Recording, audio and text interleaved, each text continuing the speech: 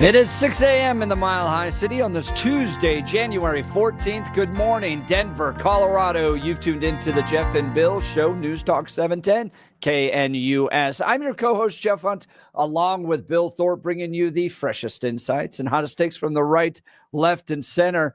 Congratulations, you're waking up in the greatest country in history. Let's get to work. We got an entire show planned for you of engaging conversations, critical analysis, most importantly, your phone calls and texts, because this is where Denver's voice is heard loud and clear. So get that coffee brewing, Denver. Pick up the phone. Give us a call. Phone lines are open, 303-696-1971, or text us on the Dan Caplis Law text line at 720-819-5115. Oh, my goodness, Bill, I don't even know where to start. Jon Decker, White House Correspondent, is going to be joining us here in just a second to give us an update on the Israel-Hamas peace deal that may be coming. Yeah, it's exciting. Maybe today. It's gonna get close, yeah. Maybe some peace out there. I'm interested in the specifics on this. I don't know how Israel goes back to a October 6th, basically, with Hamas, the day before the actual attacks, and any type of peaceful relationship. But maybe there's some deals out there. We'll have to see. Rory O'Neill, NBC News National Correspondent, will be giving us an update on inaugural preparation and how security is going for the big event coming up this upcoming Monday. Ava Flanell and Leslie Hollywood of We the Second will join us to discuss Colorado's new proposed gun bans. And then you've heard of dueling banjos, haven't you, Bill? Oh, yeah. There's the dueling special reports that were released overnight. One from David Weiss on Hunter Biden. Boy, oh boy, did he spend a lot of money on prostitutes and drugs. Oh, yeah. Not a surprise, though. But, yeah, he spent a lot. 1.6 million or something like that from ATM withdrawals. We'll get into that.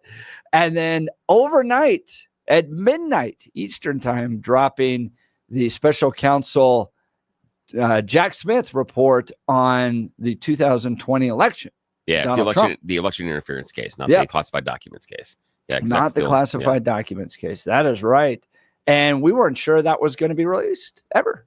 Yeah, I wasn't sure. But they can. It was like to the minute of when the hold expired that they dropped it, which would have been midnight. So, yeah. And then quickly, New York Times, Wall Street Journal, all of them with their reports as well. We'll be covering that, plus the 16th Street Mall stabbing, and Mike Johnston doing a press conference down at the 16th Street Mall, getting heckled by folks out there as he was trying to give his speech. We'll be covering this and so much more. Let's check in on news and comment with Blake Olson. Good morning, Blake. Hey, guys. The best dueling banjos. You brought that up. Yeah. Roy Clark and now Glenn Campbell. Yeah. Oh my goodness. Have you guys ever seen that? I gotta go look that one up. I'm gonna pull it up before the day is out. That thing is awesome. It's better than reading special reports. Yeah, the boy, dueling you got that special reports. Dueling special. What a bunch of garbage. There's more credibility in Roy Clark and Glenn Campbell in that performance 40 years ago than that garbage that nobody cares. It's a BS case. What a waste of time. All right, 21 and clear in Denver, expecting a high of 41 today. Our top story, a judge is approving the city of Aurora's request to shut down an apartment complex tied to the violent gang activity, Trende Aragua. An emergency order for the Edge of Lowry complex was signed by the judge last week. Officials want to shut down the complex because of criminal activity connected to the Venezuelan gang. Really? Oh, wow. Isn't that crazy? It's a figment of your imagination. Yeah, right. Right? And the code violations, just code violations. Yeah. Just code violations. And what are you talking about? There's not a problem there.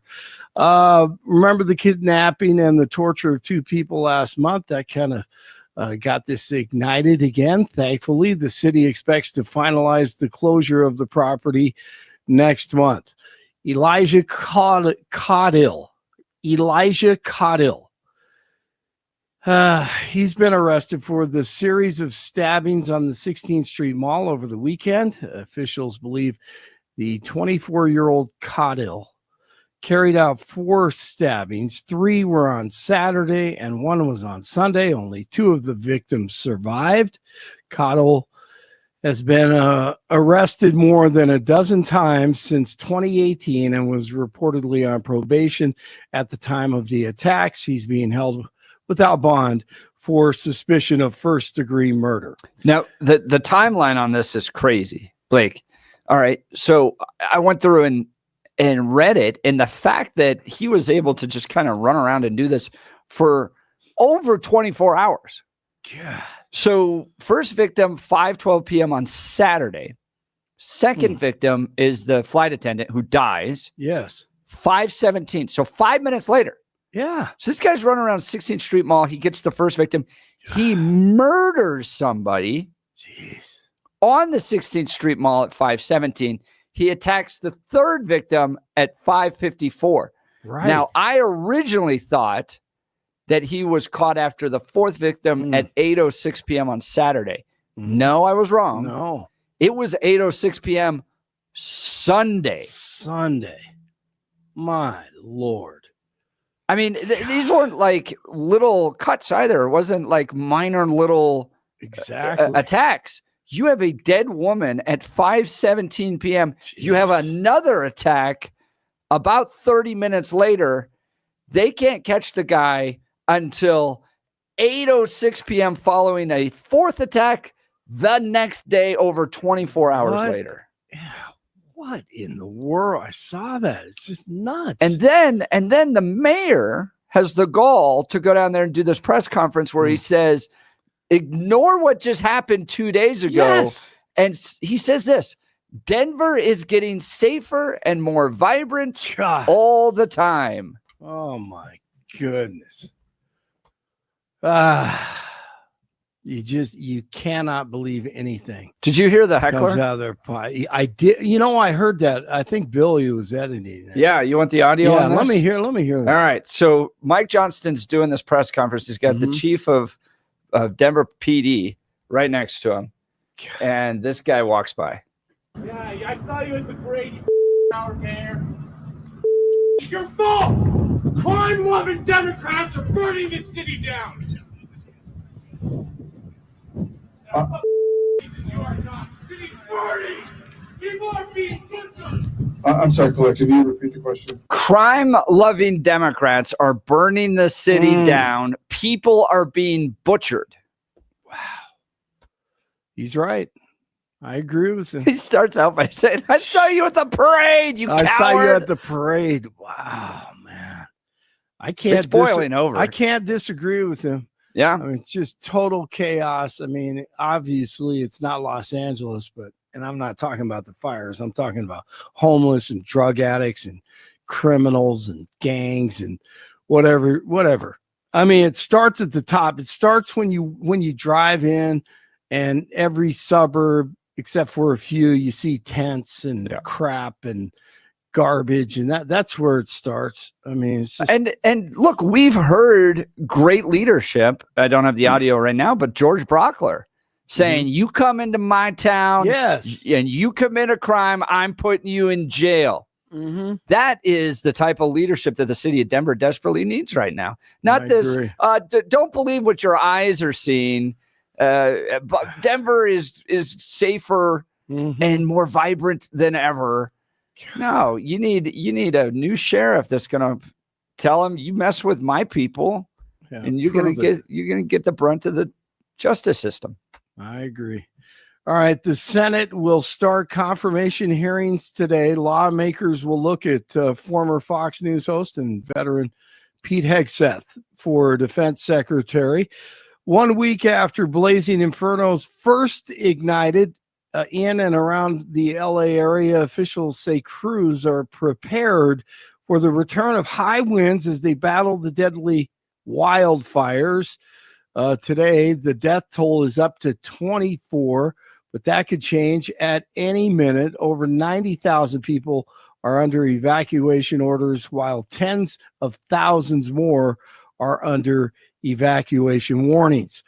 Officials in LA are going after individuals allegedly caught looting in the area. DA Nathan Hochman says almost a dozen people are charged for looting in different evacuation zones. Former special counsel Jack Smith says the evidence he compiled against DJT would have led to a conviction of 47 overnight. Justice Department said Congress, the final report from Smith, a contestant for the Slime Ball of the Year, who resigned last week ahead of the inauguration.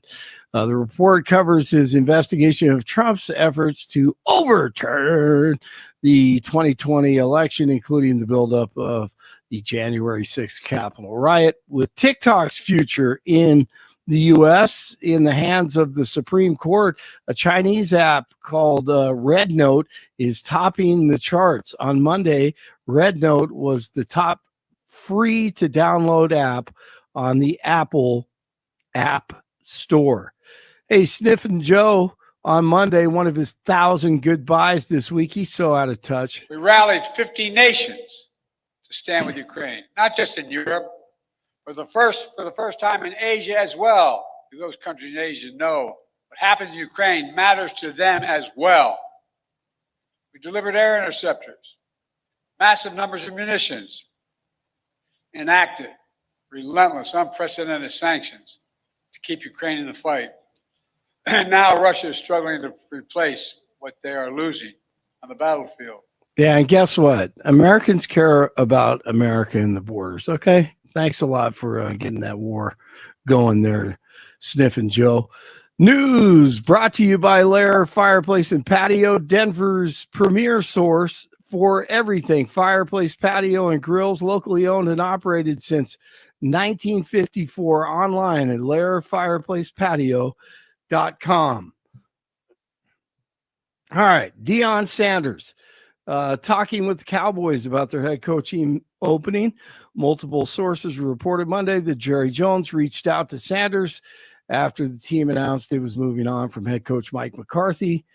Talks between the Cowboys and Sanders reportedly continuing. He told ESPN, though, it's intriguing, but he loves Boulder and everything associated with the team and the community. So he's taking both sides, looking at it and evaluating it, and we'll keep an eye on that. Deion possibly to Dallas and the Cowboys, but right now, nothing really concrete. 20 in Parker, 18 in Lakewood, 21 in Denver. It is Tuesday. Jeff and Billy continue. Whether you're right or left. Let's see. Look, Yeah, this mission that we have, it takes hard work. Yes, it does. Blake Olson, News Talk 710 KNUS. Cool but quiet weather for Denver in the Front Range. Will be upper 30s to near 40 to 18s tonight. We're going to have 3 days where temperatures will be relatively mild and conditions are going to be fair. Getting into the 40s Wednesday, 40s to low 50s Thursday, and 40s Friday. However, it is going to be turning sharply colder this weekend as an Arctic front comes in. Late Friday night, but especially during the day Saturday, falling temperatures and Saturday a chance of snow. I'm meteorologist Don Day in the 710 KNUS Weather Center.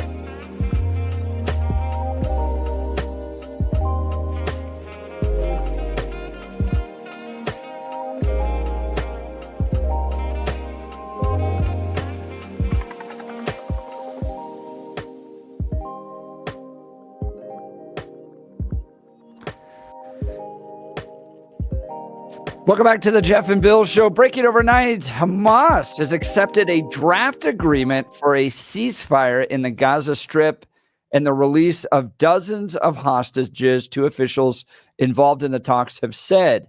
Joining us to provide some insight on this is Jon Decker, White House correspondent. Good morning, John. Thanks for joining the Jeff and Bill Show. Hey, good morning. Hey, good morning. Thanks for having me with you today. I appreciate it. This is big news. What are you learning?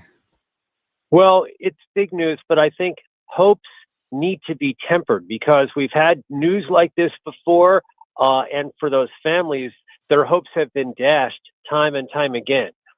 These have been ongoing talks taking place in Doha. The talks have involved actually officials from the Biden administration and also a very senior official from the incoming Trump administration has also been involved in these talks. And we're talking about a deal in which hostages would be released in two stages. The first stage would happen this week, up to 36 hostages. And remember, there are Americans that are also being held hostage by the terrorist group Hamas. They've been held hostage since October the 7th of 2023, and they would potentially be released at some point later in the week. And it would also lead to a ceasefire of hostilities, at least for a period of time in Gaza. And so we'll see if this comes to pass. I am hopeful. I'm sure the families that miss their loved ones are also hopeful that this deal comes to pass. We're talking with Jon Decker, White House correspondent. Now, John, one of the big components of this is, potential future hostilities, Hamas and their feelings towards Israel. Are they going to be able to get to a place of peaceful coexistence, you think? Well, Hamas has been devastated over the course of the past year and a half. The leadership has been decimated, as you know. And so, Hamas as a terrorist group is not what it was back on October the 7th. It has been diminished quite a bit. Could you ever have peace? I don't think so. But could you have certainly a diminishment of hostilities? Absolutely. And I think that's what the Israelis are certainly hoping for, making certain that their borders are secure, at least for the foreseeable future. Talking with Jon Decker, White House correspondent. John, how does Iran play into all of this? Iran doesn't really play that much of a role now. Iran certainly provides funding for Hamas. It also provides funding for other terrorist groups in the region. But these talks do not involve a representative from Iran. These are representatives from Hamas that have been directly involved in these talks in Doha. And any connection with Hezbollah? Are they involved in this? No, they're not. That's a separate terrorist group entirely. And Hezbollah, their forces are really on Israel's northern border. Hamas has, for the past decade and a half, run Gaza, run its government in Gaza, and also has provided situations where it has launched terrorist attacks from Gaza into Israel's sovereign territory. Talking with Jon Decker, White House correspondent. Last question, John, what should we be looking for in the next 24 hours? Well, hopefully, like I said, this deal comes to pass. I think one of the difficulties in these types of deals is proof of life. We don't know how many of the hostages that were taken by Hamas back on October the 7th of 2023 are actually still alive. I think that has been one of the difficulties in securing any kind of deal. Hamas may not have anything that they can actually offer up if indeed most of those hostages are no longer with us. We'll continue to follow this. Jon Decker, White House correspondent, thanks so much for reporting on this potential deal between Hamas and Israel. Yes, really appreciate your time this morning. Thank you. Wow. That'd be almost like a win for both Biden and Trump, right? Yeah. If you heard that there, he mentioned that U.S. is doing these deals with both representatives from the Biden administration and the incoming Trump administration. Yeah, Maybe we can all get along after all. I don't know. I'm skeptical because they've been close before. Yeah. So I'm really, really skeptical. I'm also skeptical about the political pressure inside of Israel because when they started this, it was crush Hamas. And now you're going to allow them to exist again. That for me, that's a difficult sell. If I am someone in Israel that has lost a family member or a friend in the attacks November 7th, that's a tough one. That's a tough one to say, wait, you told me you were going to decimate them, and now they're allowed to still, in theory, exist. So I don't know. We'll have to see how this one goes. And there's also that idea that, and Hamas does this quite often, most terrorist groups do this, they get right to the edge of the agreement and they pull back because they're trying to buy time. So we'll see what happens. Yeah, I'm skeptical, but until something is announced, I'm hopeful but skeptical. How much do you think the promise that if there was not a deal made, right? This comes from a text message 5556. Does peace deal come in before Trump takes office because he threatened all hell will break loose if the hostages were not released? Yeah, zero implications. You think zero? Absolutely zero. I disagree. But well, okay, here's the idea. What is Trump going to do? That's what I'm curious about, is what is the step? Because he promised to unleash all hell. So what is the step he is going to take? I think I could see the Trump administration loosening restraints on Israel. Is that all hell breaking loose? I think so. Going back to what you just said about how Israelis feel about this. No, but is that all hell breaking loose? Because does that mean the Israelis are going to just turn it into a giant parking lot? I disagree. I don't think that's necessarily what's going to happen. And if all hell breaking loose from Trump is, okay, Israel, I'm taking away some restrictions. Really? That's the follow-up on his threat of all hell breaking loose. He made a very, very deep, big threat about what was going to happen. Okay, let's see. Let's see what happens. But I think going back to your point that Israelis want a devastated Hamas, a destroyed Hamas. Yeah. And you've had the Biden administration time and time again putting restraints on Israel in this war. And I think those would likely probably be loosened, if not removed entirely. But again, loosening or removing those isn't all hell breaking loose. You wouldn't argue and say that if Joe Biden had decided to release the restraints on Israel, he's letting all hell break loose. I mean, there would be some people on the far left that would, but you wouldn't say that. There's nobody in the conservative media sphere that would say if Joe Biden had done that, oh my God, he's letting all hell break loose. This is going to teach him. No one would have said that. And so that's why I disagree. When he's talking about all hell breaking loose, he seems to be advocating some sort of a role for America. What is it? What are we going to do?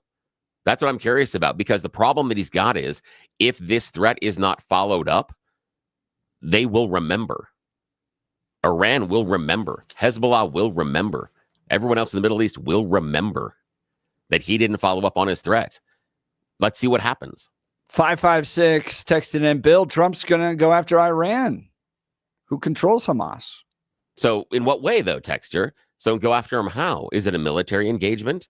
So you're talking to me, and then I find that fascinating. If the idea is, okay, we're going to go after Iran, okay, but hang on a sec. I want to raise my hand because one of the reasons that people said that Trump was so wonderful as far as being a president is we had no wars. No wars broke out. And now you're telling me that Trump is going to advocate for starting a war? I disagree. That's where he's going to go. And I also find it very shocking that you would advocate for that, given that so many people sat here on the text messages and on the radio and kept saying, no wars, no wars. It was a calm, safe world. Yet we're looking for Trump to start a war with Iran in the Middle East. Wow. That's 180 degrees away from where everybody was pre the 20th when we all voted. That's a huge change. And it would have been nice to have that enumerated and outlined and said, hey, if these aren't released, we need to attack Iran. That would be a different thing. I'm sure curious about that. And then we're gonna start a war in the Middle East. Really? That's interesting. That's an interesting step that the conservatives think is needed in order to establish this dominance. Okay. Give us a call. Join the conversation. Phone line is open, 303-696-1971, or text us on the Dan Caplis Law text line, 720-819-5115. We're going to get to Johnny in Denver here in just a second. Look, do you know a high school student who has a passion for engaging in culture, and political issues. The knowledge and skills needed to impact the world through civic engagement is an ever-increasing need in today's society. Colorado Christian University is at the forefront of meeting this crucial need, equipping the next generation of competent, convictional Christian leadership in American politics. CCU's degree program in politics with an emphasis in public policy prepares students for the complex challenges of modern politics and an unapologetically Christian and foundationally conservative worldview. In this distinct program, students learn how to impact public policy and advance Christian conservative ideas. Colorado Christian University also houses the Centennial Institute, a think tank committed to mobilizing ideas on faith, family, and freedom to strengthen America's future. CCU's mission to produce graduates who impact the world with grace and truth applies in no greater measure than to our politics and public policy program. Apply today at ccu.edu/apply. That's ccu.edu/apply. Let's go to the phone lines. Johnny, Denver. What happened? You were attacked downtown? Yeah. First of all, we used to have this joke when I was young. If it happened in LA, it would come to Denver in 10 years. Oh, yeah. Right. So when I was in LA, I got, sucker punched when I was 21. And then I'm 60.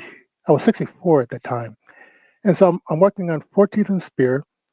And this guy comes up and behind me, me and my wife, and he said, "This time you're not going to get away with, effing with me." And then he sucker punched me. And then he moves forward. And he starts throwing rocks at cars and so forth. This guy comes across the street and says, "Hey, is he all right?" Because I'm a totally blind person. And he said, "I saw the guy sucker punch this lady," and then he went on to your husband and stuff like that. This guy had been in a rampage, and they got videotape of it because they got a real clear picture of him because it was right across from King Soopers. And he's been on this rampage, and people have been calling in, and it took them 12 hours to catch up with this guy. Jeez. 12 hours? And they they had videotape, everything? Videotape, everything. And when the court date came out, they found out that I guess he was off his medication. And so he promised to stay on his medication. I'm thinking, like, how many other people that's going to be their excuse that they were off their medication? Yeah, and we used to, if people had serious mental health issues, put them in mental health institutions, But I heard they let all the people out of Pueblo out, and where did they come? Down to Denver. Yeah, with regards to this guy, the stabbings that took place in Denver, long criminal history, serious mental health problems. There should be questions on the city of Denver as to why this guy was allowed to walk around freely with a rap sheet that long, with well-known documented mental health problems. And the Denver police chief yesterday during the press conference was asked, was this guy on a list that you were watching? Were you concerned about him? And the chief of the police said, no, he wasn't. So, the city of Denver going to have a lot of answers for this. Johnny, really appreciate the call. Thanks so much. So I want to hear from you all. Potential peace in the Middle East between Israel and Hamas. What do you think? Billy, not too optimistic on it because Hamas has gotten to this place before and then backed off. And then how does the Trump administration fit into all this? In the past, Bill, I would probably say, go at Iran. Come on, let's give them the good old piece of American might. And then after Iraq and Afghanistan, I'm like, no, I don't want to be in another war in the Middle East. No. So and that's the problem with this threat. That is the real problem with Trump's threat about unleashing all hell if the hostages aren't released. If he doesn't follow through, he becomes a paper tiger. And I wonder, too, if it's, I would look at Israel's strategic attacks against Iran as a pathway of demonstrating strength without committing to an all-out war in the Middle East, and maybe that becomes the pathway. So give us a call. Let us know. Phone lines open, 303-696-1971, or text us on the Dan Caplis Law text line, 720-819-5115. You're listening to The Jeff and Bill Show. This is Denver's Talk Leader, News Talk 710 KNUS.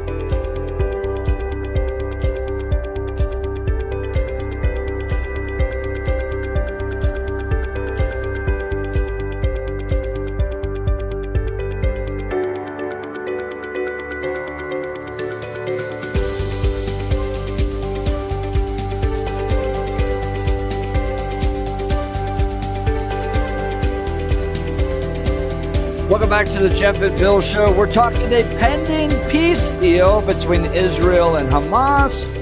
Did Donald Trump have something to do with it, promising that all hell will be rained upon Hamas if they don't release the hostages? But what does all hell mean? Could it mean a war with Iran? Do you want a war with Iran?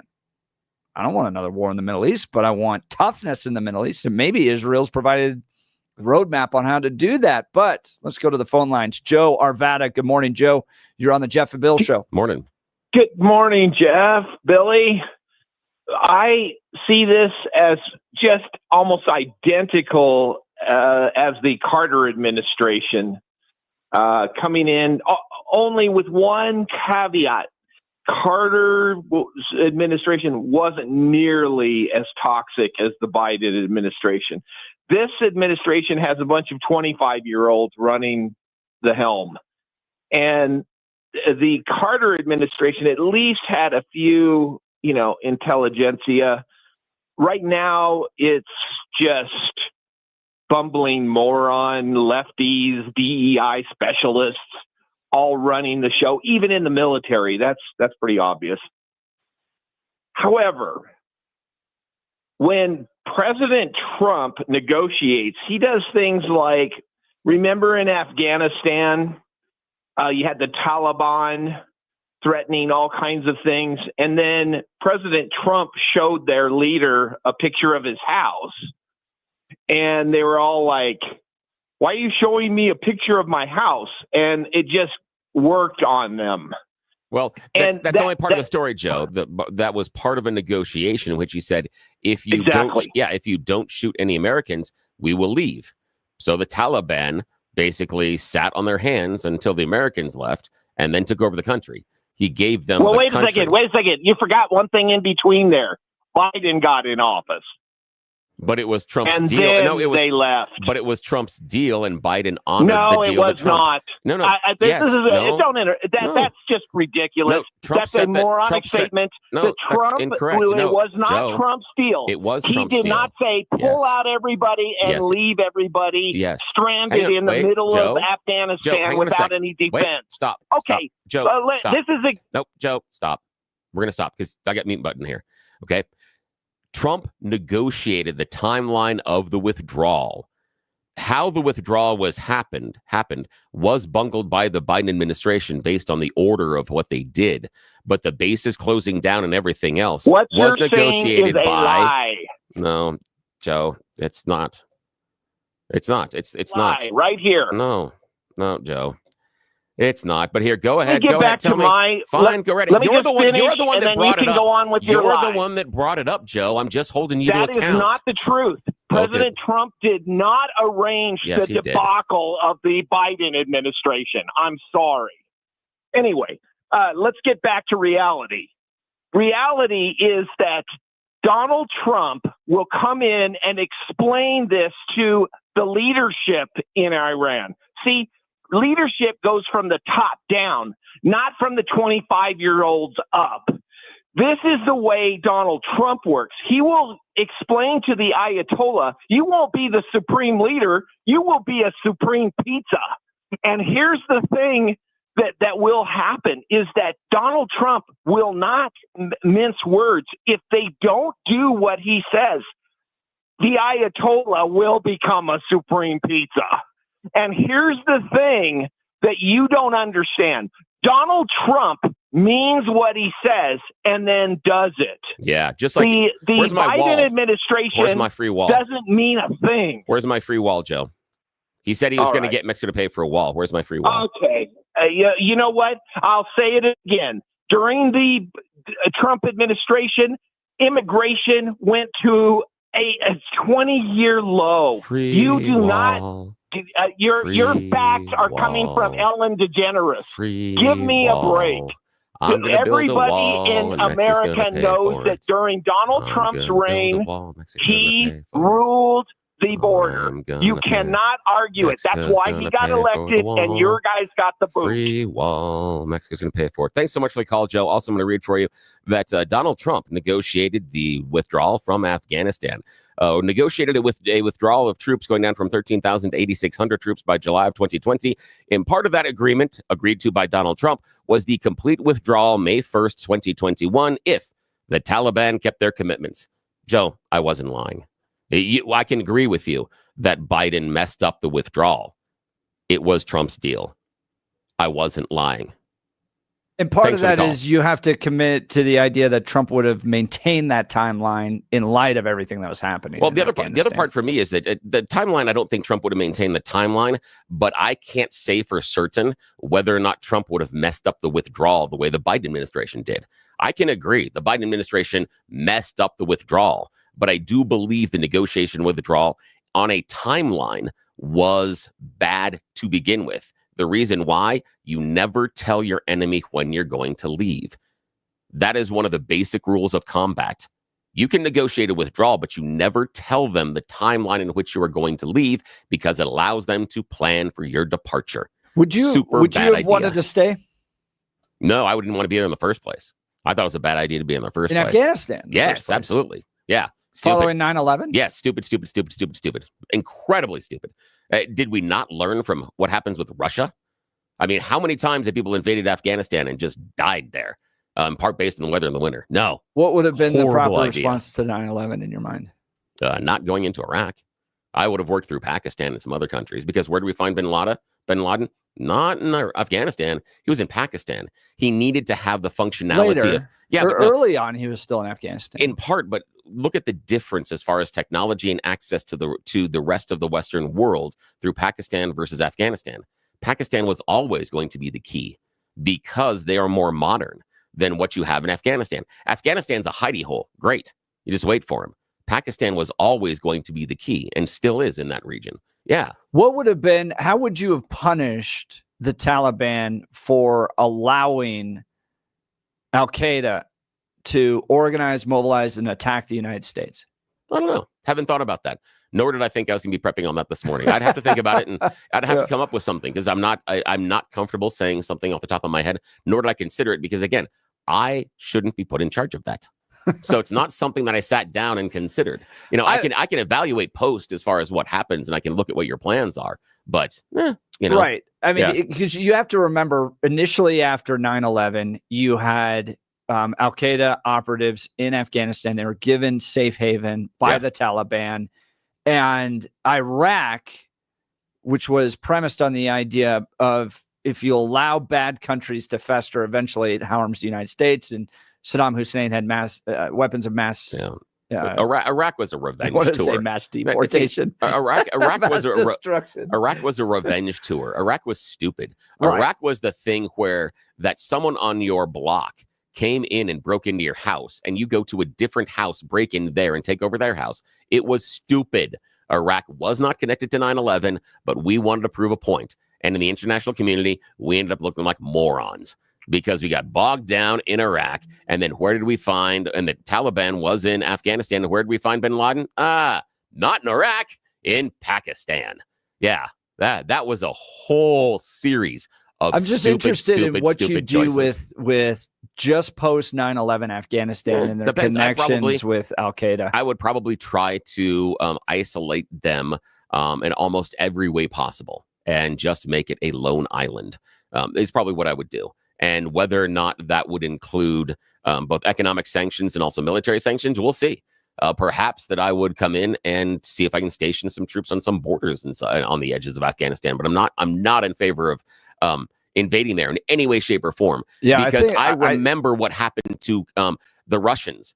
I mean, I was a kid that was reading about that some of the times. I remember how the Russians went home with their tails between their legs, and their military was huge and dominant in the world at that time. It was an awful idea.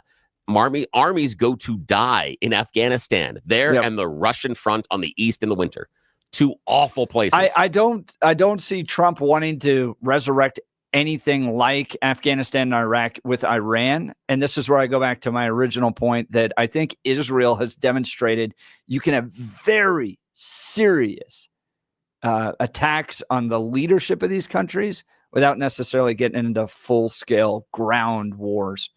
Hamas aside and Gaza, but with Hezbollah, with Iran, the attacks, the pagers, all that stuff. So, well, we'll continue the conversation. Coming up, you choose the news and a little bit of levity. You're listening to the Jeff and Bill Show. This is Denver's Talk Leader, News Talk 710 KNUS.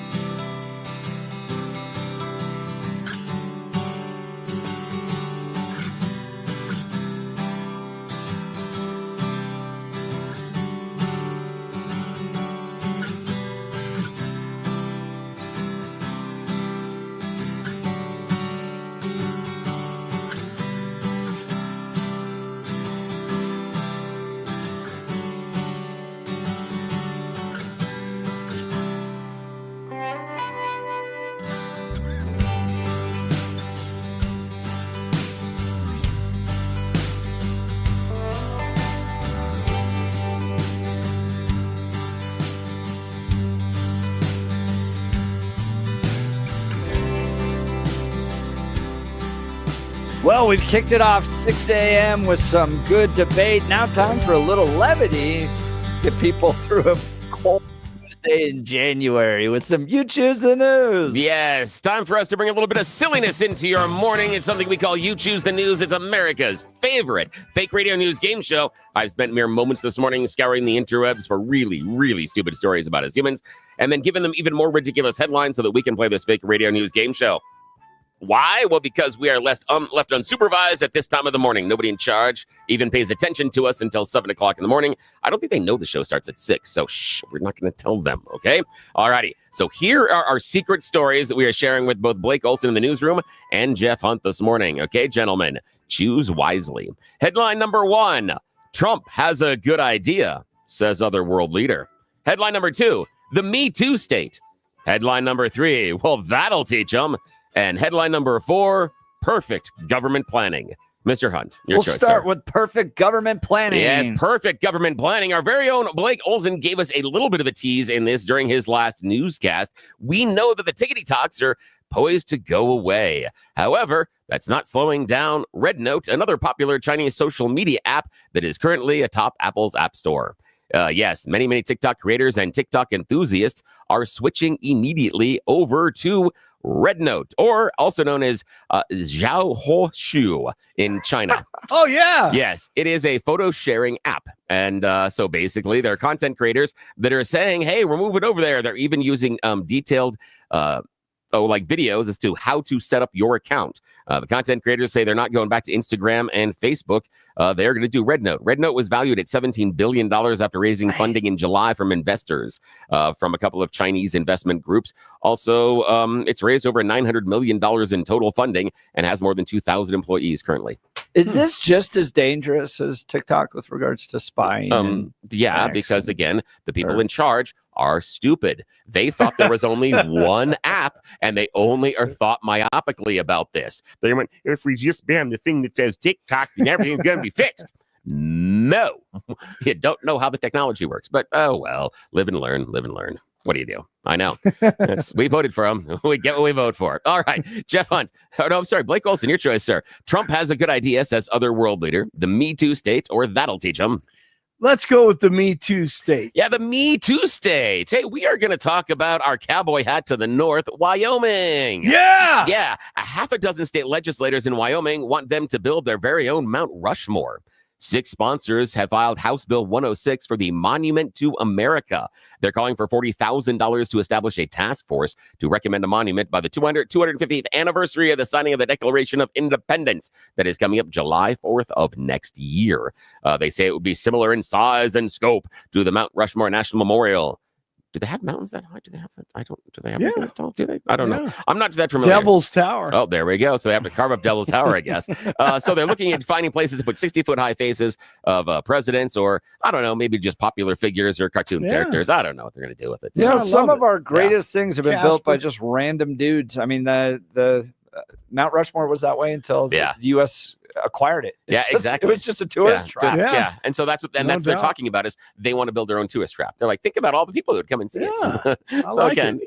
So I just keep going. I don't know. Would you go? It's easier to go than South Dakota. But I don't know. I will have to see. I think they should do the 4 greatest Wyoming athletes from the University of Wyoming. Oh, put Josh Allen up there. They should go and something then you different. put Fennis Dembo up there. What do you think about that? I think they should do something like Trigger to the horses. They should do famous horses. Okay. Yeah. Jay Novacek. You have silver up there. To hide gold, right? Yes, exactly.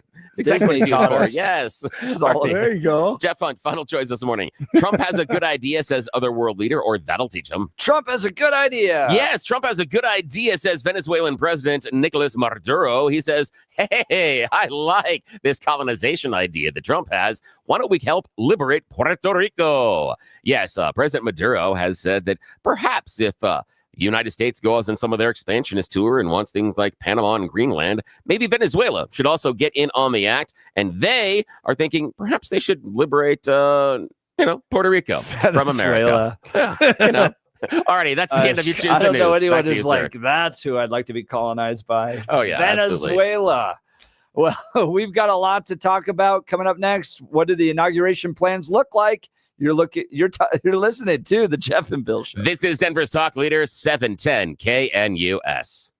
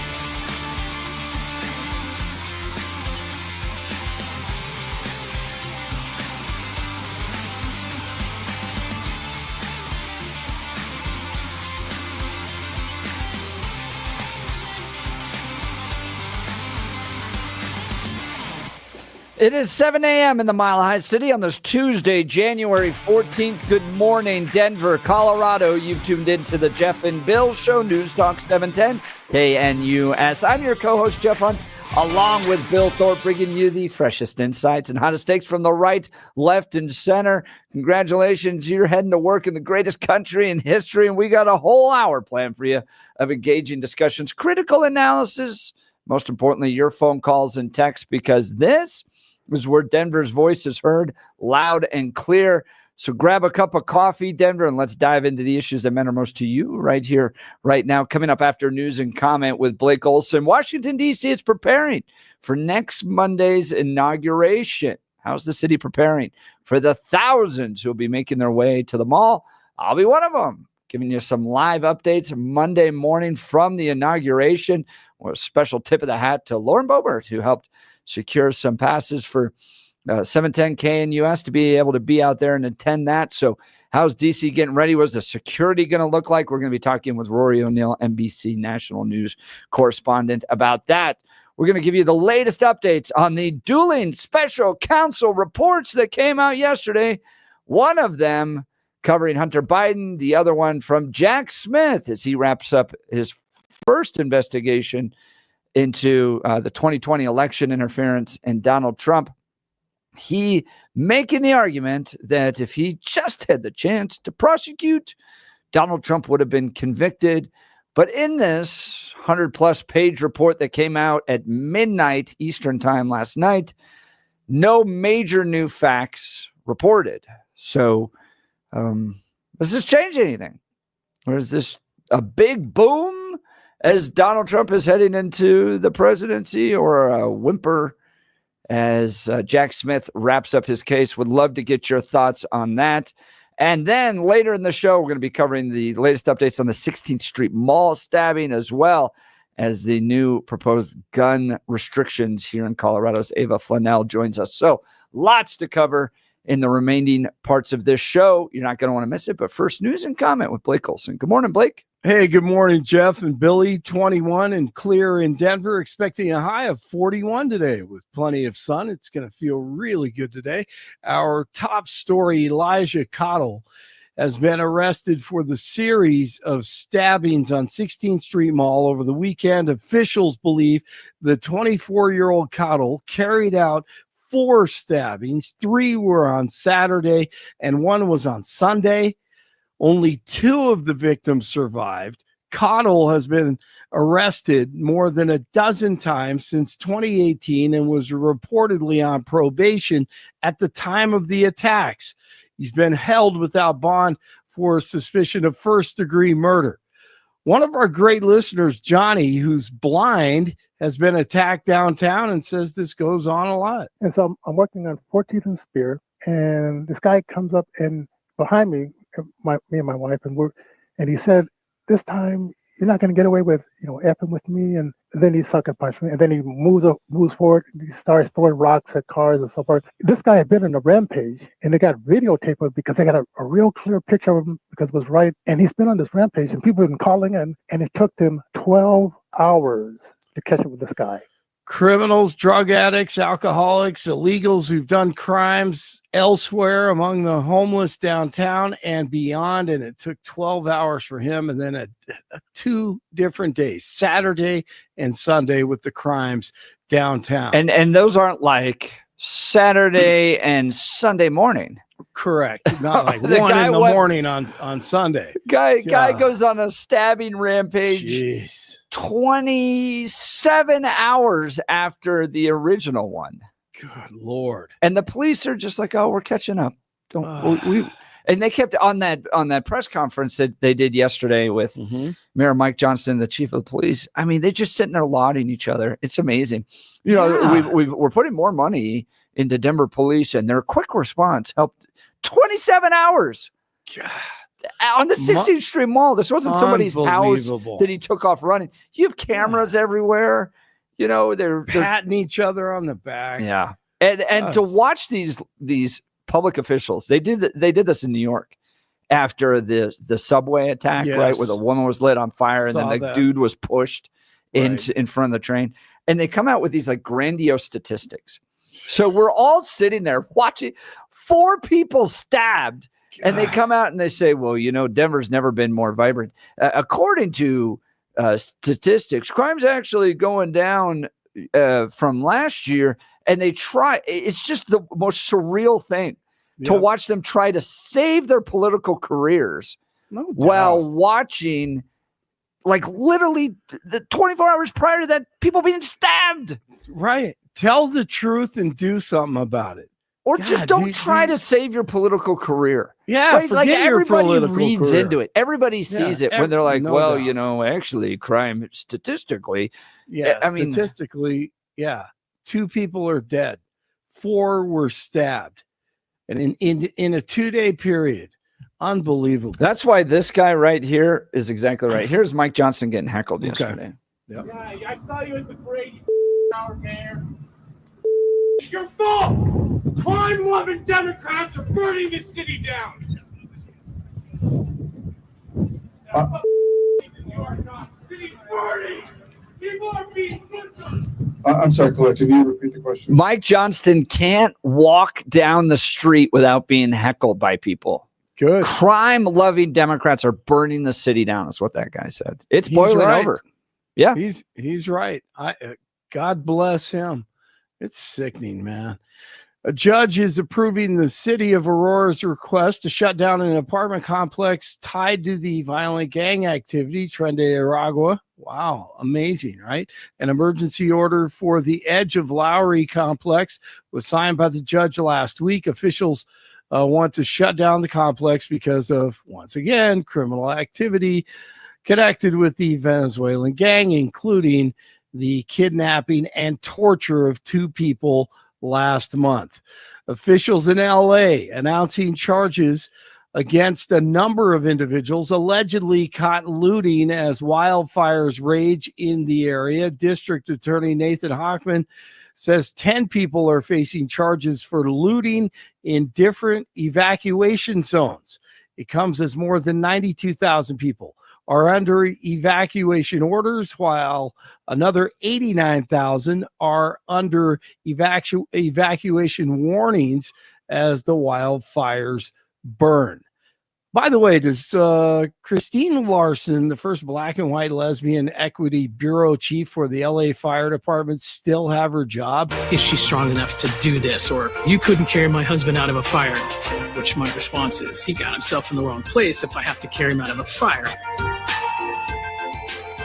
I'll play that 1,000 times. She only makes $400,000 a year. $400,000 a year. The music is just surreal in that too, because you're sitting there going, who would listen to that from a firefighter and think that would be a good idea and approve it? And then we got this great public service. That's who would. I mean, they are just. It's like blaming the person who had their throat slit. Well, you shouldn't have put yourself out there on 16th Street Mall. Don't you know how dangerous it is? Mm-hmm. Yep. Your daughter shouldn't have been wearing that skirt when she was raped. I mean, this is the same crap. Yep. Unbelievable. NBC White House correspondent Jon Decker on with Jeff and Billy last hour. An Israeli Hamas peace hostage deal. Don't get your hopes up, but it is encouraging right now. A deal in which hostages would be released in 2 stages. The first stage would happen this week, up to 36 hostages. And remember, there are Americans that are also being held hostage by the terrorist group Hamas. They've been held hostage since October the 7th of 2023, and they would potentially be released at some point later in the week, and it would also lead to a ceasefire of hostilities, at least for a period of time in Gaza. And so we'll see if this comes to pass. I am hopeful. I'm sure the families that miss their loved ones are also hopeful that this deal comes to pass. Hey, Brittle Joe is going to say goodbye 1 billion times this week.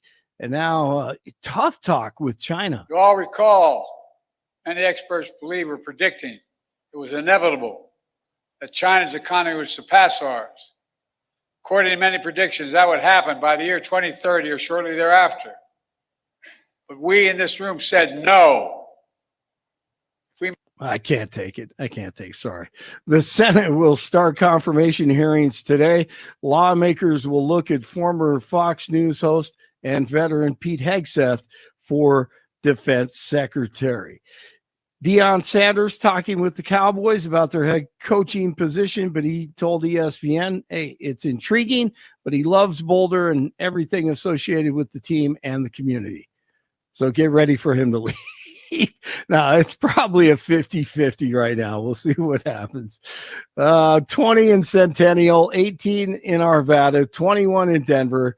It is Tuesday, and Jeff and Billy continue. Let's get back to reality. Blake Olson, News Talk 710 KNUS. Cool but quiet weather for Denver in the Front Range. We'll be upper 30s to near 40 to 18s tonight. We're going to have 3 days where temperatures will be relatively mild and conditions are going to be fair. Getting into the 40s Wednesday, 40s to low 50s Thursday, and 40s Friday. However, it is going to be turning sharply colder this weekend as an Arctic front comes in. Late Friday night, but especially during the day Saturday, falling temperatures and Saturday a chance of snow. I'm meteorologist Don Day in the 710 KNUS Weather Center.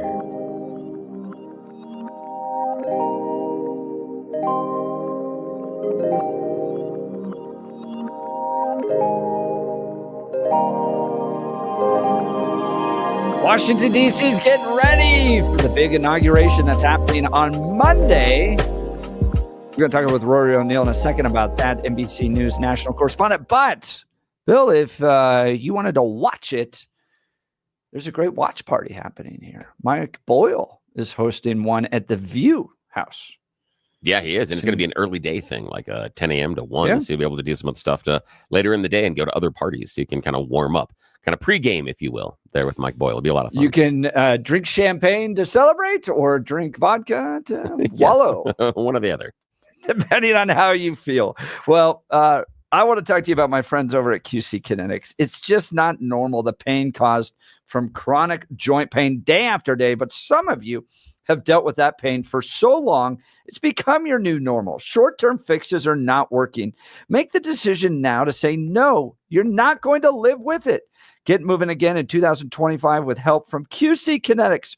QC Kinetics is the nation's leader in regenerative medicine joint preservation. So what does that mean? Well, Joel in our office uses QC Kinetics, and they draw out your blood, they spin it, and get to that plasma. The plasma is the part of your blood that helps heal, right? And so they can then inject that into your joints, and it heals your joints from your own body without having to use steroids and, surgery and all that stuff. Yes, you can revitalize your joints with advanced orthobiological treatments at QC Kinetics. Like I said, no steroids, no drugs, no surgery. This is the future of medicine, using an array of natural solutions like PRP to attack the pain from arthritis. Tens of thousands of people with pain have discovered these cellular treatments and are living life again without that constant pain in their joints. So if you want to learn more about how you can refresh your joints, get lasting relief with these amazing treatments, call QC Kinetics for a free consultation. Deal with your joint pain now so you can make the most of your new year. Call QC Kinetics. Here's their phone number, 303-900-8986. That's 303-900-8986. They got locations in Aurora, Superior, Highlands Ranch, and the Springs. Check out QC Kinetics. Get that own body healing and get off and running so you can be active this new year. All right, so big preparation taking place for next Monday's inauguration. How's the city preparing for thousands who are going to make their way to the mall? We're going to be doing a live broadcast all next week, Monday, Tuesday, Wednesday of next week from Washington, D.C. with the inauguration. I will be down in amongst the people at the inauguration of Donald J. Trump. And so I went to the first one in 2016. Great experience. We'll be back for this year. So be sure to listen to 710 KNUS to get all the updates and details that you need. Joining us now is Rory O'Neill, NBC News National Correspondent. Give us updates to how the city is preparing for thousands who'll be making their way to the mall. Good morning, Rory O'Neill. Morning. Good morning. And this has been a crazy month in D.C. The Department of Homeland Security, the Secret Service, they have this thing called a designated national special security event. And they already had one set up for January 6th. They were concerned of a repeat of what happened 4 years ago. So they declared January 6th a national special security event in D.C. Well, then you had the funeral of President Jimmy Carter. That was a bit unexpected, but also a declared national special security event. And now you have the inauguration. So in a matter of weeks, this will be the third time they've had these national special security events happening in the city or the district. And you had a pretty bad snowstorm in the mix. We heard from the police union chief for D.C. who said, we're just spent. They're tired. And we haven't even got to the big inauguration, and that, I mean, consumes the entire city because you have the activities taking place on the steps of the Capitol and then a parade all the way down. Are there fences up? How are police going to respond to all this? Can you give us some insight on the police activities? Yeah, so we've already seen, so the fences went up before January 6th, and they're only being expanded now because, as you said, there's a parade route to be concerned about as well. 250,000 people have gotten tickets or are getting tickets for events on Monday. So that's a lot of people. Thankfully, it's also the Dr. Martin Luther King holiday. So that is actually probably going to ease up some of the traffic that may have otherwise been going downtown to try to have a normal day at work. But yeah, there are a lot of different policies and procedures being implemented now under the umbrella of the Secret Service, which is always put in charge of these national special security events. So they'll bring in the park police because they do all the monuments. They'll bring in the Coast Guard because they'll patrol the Potomac River. And of course, the D.C. police, the Capitol Police, National Guard troops, and visiting law enforcement from across the country. It's an awful lot to coordinate, probably the most robust police response in history. I'm talking to Rory O'Neill, NBC News National Correspondent. Now, the president-elect has already had 2 assassination attempts against him. How could things be different this year than maybe previous inaugurations? Yeah, well, first of all, they're not going to tell us everything, right? So we know they like to keep some cards close to the vest. But they have said that they've made every accommodation possible. And look, this is also a wider perimeter. You know, the people who have special tickets and screening are closer to the president. If you are trying to pull something, you're going to have to be much, much further away. They say they'll have drones up for security. In addition, I said to having 25,000 law enforcement officers along this perimeter. They feel pretty confident that this plan they've been putting together for a year now is going to be sufficient in order to protect the president and the people attending. Talking to Rory O'Neill, NBC National Correspondent, NBC News National Correspondent. Now, I was at I marched with as covering the Palestinian protests outside of the DNC, and I thought the Chicago police did a fantastic job where every single inch of the route of the protest parades were covered by Chicago PD. I mean, there wasn't an inch where somebody could get through, try to attack the walls or the gates of the DNC or anything like that. Are you anticipating or have you heard any counter protests? And how are the police responding to that? Yeah, we know there are going to be a couple of demonstrations, not just on Inauguration Day, but over the weekend as well, because we're expecting a series of events to ring in the new administration. So yes, they are expecting a couple of different demonstrations that might have 10 to 15,000 people. That's what they're preparing for as far as counter or anti-Trump protesters. So they know that they're already permitted for places like the Lincoln Memorial area, other separate parts of the mall further away from the Capitol building. They think they've got everything mapped out and figured out here along this timeline. Rory O'Neill. Sorry, go ahead, Rory. One quick note. Their fear is the lone wolf, what we saw in New Orleans, or the 2 people who tried those assassination attempts. They're not concerned about some big organized terror organization, more concerned about the actions of a lone wolf. Rory O'Neill, NBC News National Correspondent. Can you give us a little bit of the flavor of what the city's feeling like right now? What's it like in the restaurants? Are the DC residents enthusiastic, excited about what's going to be going on Monday? Or are they viewing this as, crap, I'm going to have to deal with all these outsiders for a while? What's their feeling? Well, I think it depends on what your job is. If you're a waiter, you're pretty excited because that means every table is full and every lobbyist is buying. So that's some of the good stuff going on around town.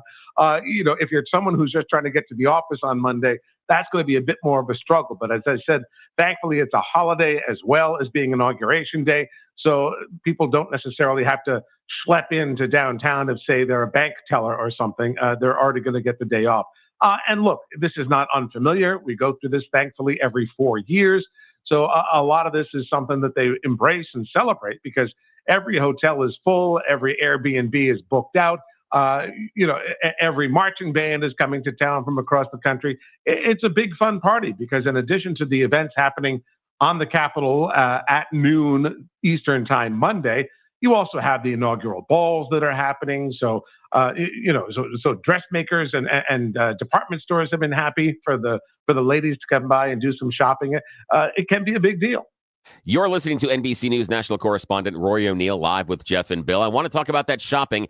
I'm a concert kid. I went to hundreds of shows when I was a kid and a bit of a nerd. So I am all about the merch. I have been incredibly impressed with the merch sales and the creativity of Donald Trump's supporters. Have they arrived already in the city? Are the merch salesmen getting ready for the big day? What have you seen so far? Yeah, absolutely. A lot of it is already sort of prearranged. There are you need licensing agreements, or they dance around them in specific ways. But look, there are souvenir shops already all across D.C., and clearly they've been stocking up in anticipation since we got the election results back in November, and that's to be expected. I don't know if they can dust off some of the stuff that they used in 2019, but we'll see how they do it this time around. But the merch is out there, pro and con, to be sure.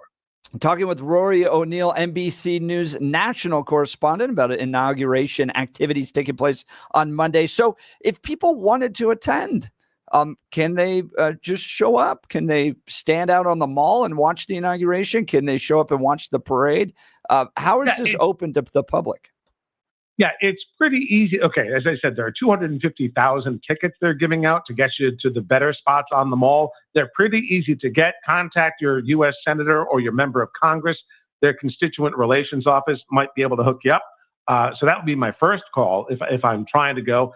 There are areas you can stand along the parade route that are clearly open. If you want to stand in the back toward the Washington Monument, clearly, you'll be able to go there without much of a security concern.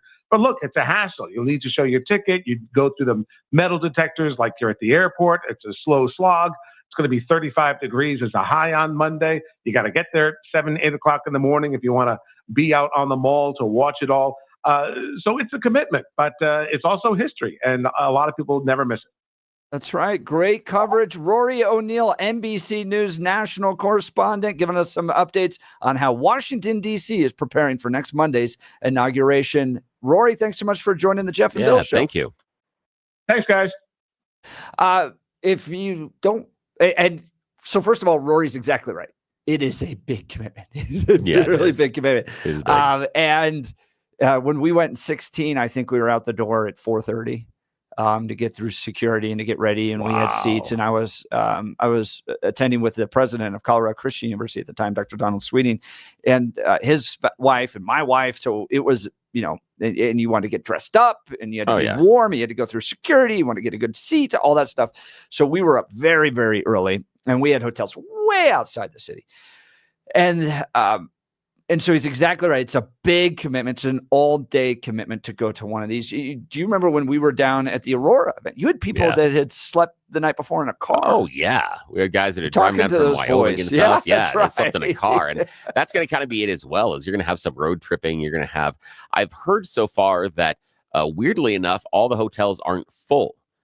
That's what, and again, oh really? Wow. Yeah, and so I'm not sure, and that surprises me. Might be that price issue. Yeah, I paid a pretty penny. Oh, I bet, and that not could the be station. Yeah, no, you did. Yes, this is Nicole on. And I did. This is on the Hunt family budget. So, ouch, big capital letters of ouch, but a great commitment, and it's something that is really special, and it really is once in a lifetime. And you are lucky enough, sir, with your wife, to be able to view it twice. She really likes. Fantastic. Well, so she's big into the history. She's big into the balls, and she's a big supporter of Donald Trump. So, and it's our anniversary that weekend. No, seriously. Yeah. Oh, dude, you have that you don't have to buy anything else. You've set this up now for listeners. You got to understand, this is like Mrs. Jeff's prom. Yes. This is all the stuff and all the excitement that you had surrounding prom in high school. That's what this is to Mrs. Jeff. So this is really, really exciting. And I am so glad that the pair of them are going to be able to make the trip all the way out to DC and give us the front row view of everything going on. Now, I got to tell you, it's out there in the cold, and I know you want to get dressed up and you want to be there for the inauguration. There's part of me that if you're out there in the cold, I would just try to wear a really long, warm coat and PJs underneath. Yeah, right. like go with a giant onesie. Just as warm as you can. As possibly as comfortable as possible doing it. And then, and doing that one. That's one of those ones where you need what in English football is called a stadium coat. Yes. Which, on a side note, why the NFL hasn't leaned into that, I don't understand. That is a license to print money in places like here in Green Bay. Well, speaking of opportunities for the inauguration, giving us a call right now is Mike Boyle. Mike's going to join us because if you don't want to go stand in the cold and you don't want to just sit at home, you want to be with friends to either celebrate or maybe more in the inauguration, depending on which side you are. About half our listeners break on either side of that issue. You could go join Mike Boyle at the presidential inauguration party taking place at the View House on that Monday, January 20th. And you know, this is the fun thing with KNUS. Mike Boyle is much like Beetlejuice. If we mention his name 3 times, he appears. Just like right now, Mike Boyle live on the air with Jeff and Bill. Good morning, sir. How are you? Well, I'm driving down the road. It's 11 degrees, feels like 4. I hear about the inauguration. I'm thinking, well, if you don't want to buy an airplane ticket, go to one of those not full hotels that will be very expensive and get up at 4:30 in the morning. Why not drive to the View House on Monday? Because we'll be inside at 10 o'clock, 70 inside, and we've got a full bar. Yes, and you'll be as close as you want to the TV. It's going to be warm. And again, you mentioned the magic words, full bar. That's great. Yes, exactly. And there will be some celebrating. I'll tell you what. Yes, there will. I've been known to have morning cocktails, and I think that next Monday will certainly be cause for celebration. Now, so, here's the thing. I was just driving down the road listening to your great show, and I thought, I'm calling it. Oh, I sure appreciate you, Mike. And here's the thing is, I might be able to, and we're going to discuss this. We'll bring it back later this week to remind people about the wonderful event going on at the View House. I might be able to either sweeten the pot for you or make it less likely that anybody shows up. I'm looking at my schedule. I might be able to wiggle in a little bit of time so I can go over there and show up at Mike Boyle's celebration for the inauguration at the View House. And if I'm in the right mood, I will even let you people throw tiny pickles at me, gherkins, just, in sport, because just to make fun of me. Bill, so I know. Bill, you're telling me you're thinking of short. Are you threatening me? I think I am, sir. I'm threatening you with a good time. I'm excited. It sounds like a wonderful morning. We'd love to have you, Bill. So if you can make it, I know you guys got a schedule. I know you got plenty of stuff to talk about today, but I'm listening, driving down the road. Stay warm and stay safe. I appreciate you. We'll talk to you later this week. That is Mike Boyle. Again, just like Beetlejuice. We mentioned him 3 times and he pops up. And if you want details and to purchase your ticket for that, you go to mikeboyle.com, mikeboyle.com, and you can get all the details right there on this event. And remember, you're inside. It's going to be warm. Going to be at the View House. Kicks off at 10, and you're going to be cut loose by early afternoon. So you have other friends or family members that are saying, hey, come to this party and this party and this party. You're pre-gaming it. You're starting the entire day right. You want to make this day a celebration of the fact that your guy, Donald Trump, is back in office and that Joe Biden isn't. Kick it off at the View House, 10 o'clock in the morning. All right, so here's my question for you, Bill. We're less than 1 week from DJT standing. And this is what I love. This is what I love. He stands up there, the duly elected president of the United States, before all the Democrats and their sneering, groveling that takes place. And what do you think he's going to say? Take this, you losers and haters. That's what I think. He's going to lead with that one. I think you are exactly right. I think he's gonna give it to him good. What do you anticipate Donald Trump's inauguration speech to look like less than 1 week from today? Give us a call, 303-696-1971. Or text us on the Dan Capitalist Law text line at 720-819-5115. Is he going to get up there and call for unity, bring the nation together? Or is it the revenge of DJT? It's going to be revenge. In fact, personally, while I'm not a fan of it, I'll be disappointed if that is not what he does. If he stands up there and tries to be a statesman, personally, I'm going to be a little disappointed.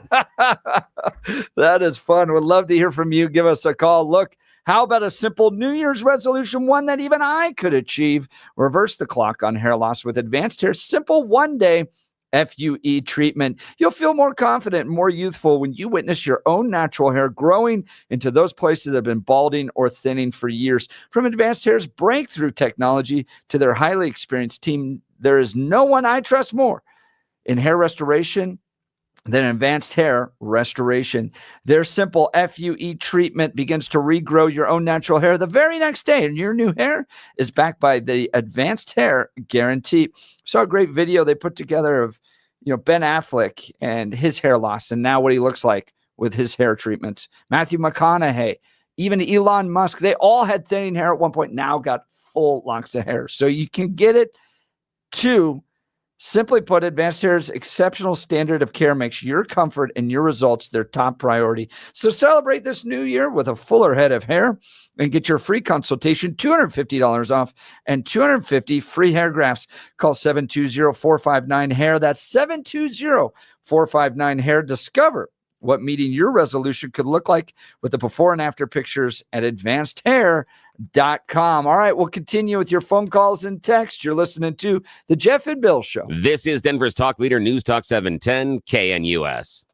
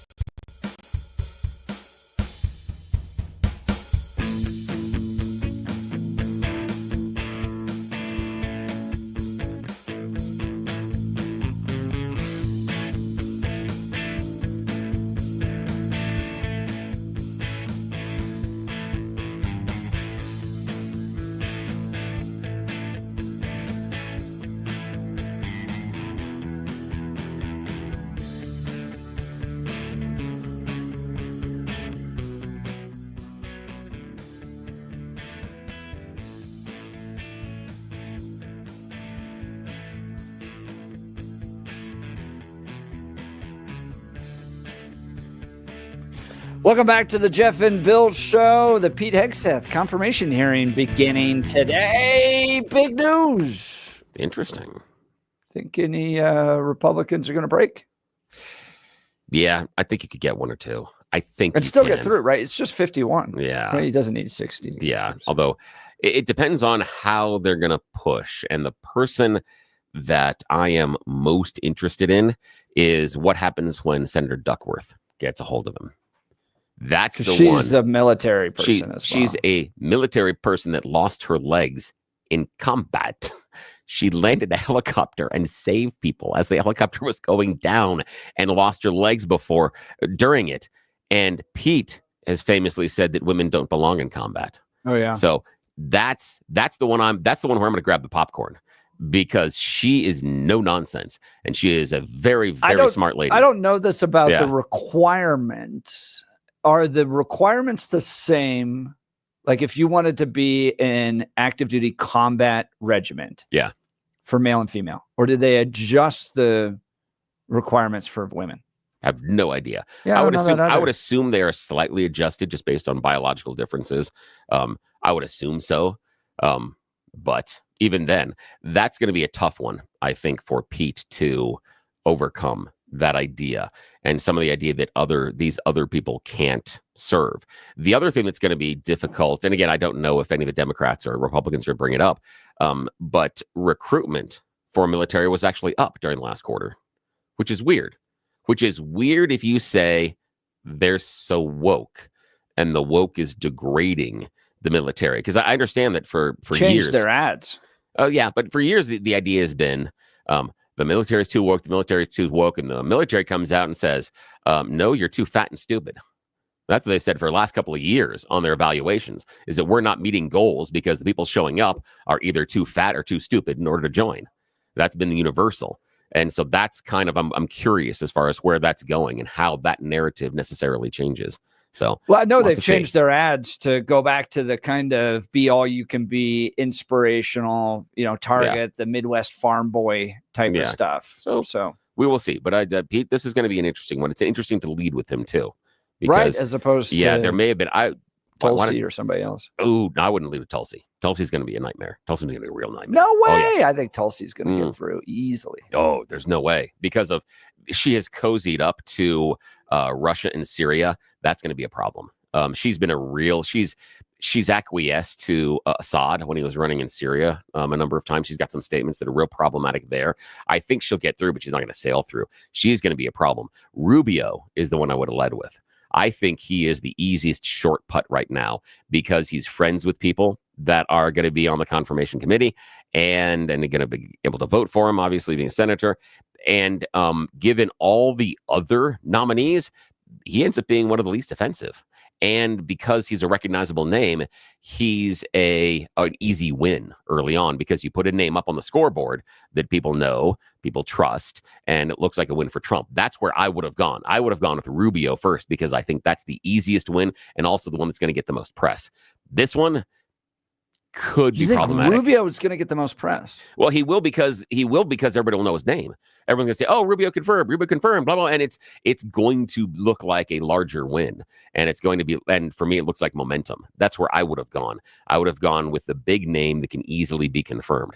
I would not have started with what is probably going to be a fight with Hegseth. And if I was a senator, and I shouldn't be a senator, but if I was, I really, really shouldn't. But if I was, I would be pressing him the same questions that I pressed you on, which is show me that you have any qualifications to run an organization of this size. And I'm just coming at it from a business point of view, because we talk about the idea of running the government like a business, that if I am running a company that has 2 million people and an $800 million budget, does his resume, based on his background, pop into the top 50? No, never. It never makes it through the gatekeepers to get to the top 50. So I want justification why he needs to be the top resume that we're examining for this role, when if this was a role in the business, the private sector, he would never even come close to being considered.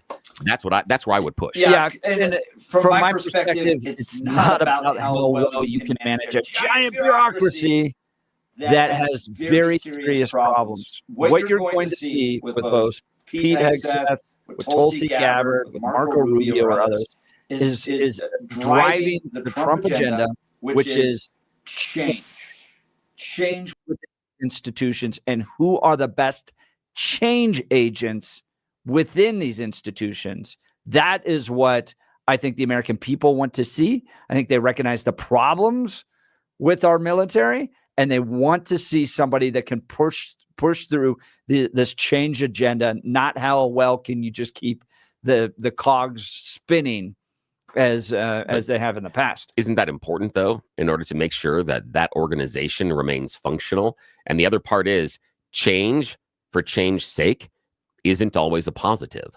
Yeah, I wouldn't say it's change for change's sake. But all you did is just said change. He's a change agent. He wants to take on the wokeness within these institutions, the brokenness, the bureaucracy. It's not just change. There's very specific changes they want to make. But I know. But if he's a guy that needs to get in there and make the change and reform the broke bureaucracy, shouldn't he have some experience with a large, cumbersome bureaucracy? Shouldn't he have any sort of experience with that? And that's the problem where he doesn't, is we're expecting him to come in and make these sweeping changes in an organization of the size, depth, and complexity he has no experience being involved with. Now, he can surprise us. I'm not saying he won't, but I am highly skeptical that he can accomplish anything that he claims he can, because he doesn't understand. I mean, it has one of the most complicated acquisition rules in all of America. That it is, as far as him getting stuff, he's supposed to rebuild the military. Does he understand the processes involved? Does he understand some of the weaknesses involved? And the idea of going through and pushing out the woke. Okay, he's talked about the idea that he wouldn't want people that are transgender serving. He's even talked about people. He questions whether or not gay people should serve. He questions whether or not women should serve. Okay, how do you replace all those people? What are you going to do? What are you going to do? Because we're talking about the idea that we have been missing recruitment numbers. So what are you going to do? So we're saying that in order to be better, we have to be smaller. But that's not the argument we've had for the last couple of years. We've been degrading the media, the military and their mission, and saying, and we can't meet recruitment goals. But now this is going to help with that? I'm super curious how throwing people out is going to get you to the numbers that you already say you need when you can't get those numbers in the first place. We'd love to hear your thoughts. Give us a call. You can hear the phone lines starting to come in. 303-696-1971. I'll give you my perspective. I don't think it's at all interesting to join the military at this point. I don't think it's compelling. I think we've put ourselves into needless wars driven by a military industrial complex that wants to make money and is willing to sacrifice our young people to do it. And then you have this giant woke agenda that doesn't respect meritocracy, but is instead willing to fill slots in the military to achieve a social agenda. And I think to young military people, think about the military academies. Are they all that compelling to start a career at anymore compared to where they used to be? Are they preparing our nation's leaders like they used to? I think a lot of young people, especially young men in this country, are looking at the military going, I'd rather go do something else. Where do you fall along all this? And can Pete Hegseth restore some trust and respect into our military? I think so. Billy's got questions. Would love to hear from you. 303-696-1971 or text us on the Dan Caplis Law text line 720-819-5115. You're listening to the Jeff and Bill Show. This is Denver's Talk Leader News Talk 710 KNUS.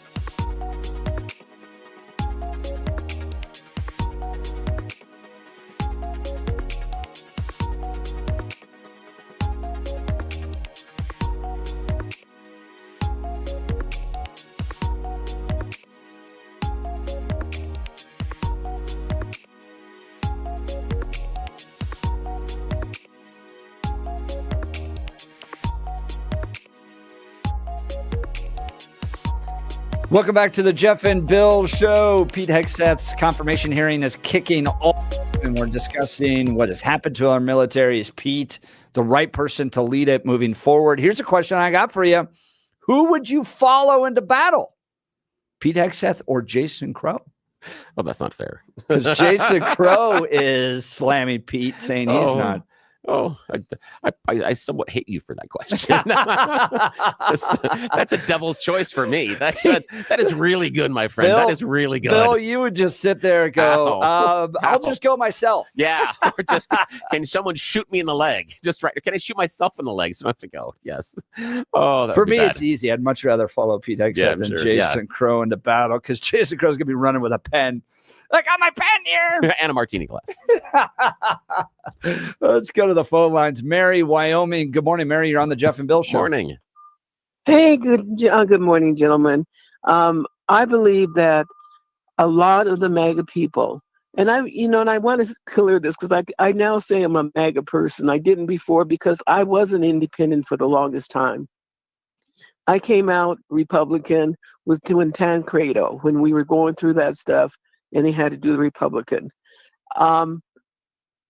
I then continued with it when Trump came out because of his position. It wasn't about the man. I keep saying that. I'm not a MAGA person because of Trump. I am because of his policies. So that said, I believe there are people, the MAGA people did not have their children, their sons and their daughters go into the military under Biden, under that woke, etc. They weren't for it. That was why recruitment was down. And Mary, and I do believe that now that Trump is in there is why you're starting to see the numbers come up. And Mary, it's important to remember too, it's just a few years ago that you had the vaccine battle taking place within the military as well. And if you weren't willing to get the COVID-19 vaccine, then you lost your job. And so people are looking at that. Conservatives are looking at that under Biden's leadership going, I don't know. I'm not sure I want to join this institution. Yeah, although for me, that's a weird choice because you give up your self-determination rights when you join the military. And now they were like, well, I don't want them to make that choice for me. Do you understand the organization you're joining? Maybe if you're upset about the organization you're joining, making that choice for you, maybe you shouldn't join that organization under any administration. That's my opinion. And I just disagree with you, Bill. I do believe that what Jeff is saying is true. That was majority of us weren't about supporting the vaccine. And the choice was we didn't want it. And even those in the military didn't want it. And Mary, I disagree with the idea that those in the military with a broad brush, because it was a small pocket of people that refused it and didn't. But again, when you join the military, there were so many. But Mary, I know a lot of them that they stayed, but they were not happy, and they didn't want that vaccine. I know, but that's part of when you raise your hand and take the oath. You forfeit your right to self-determination. Bitching and moan about it afterwards. Sorry.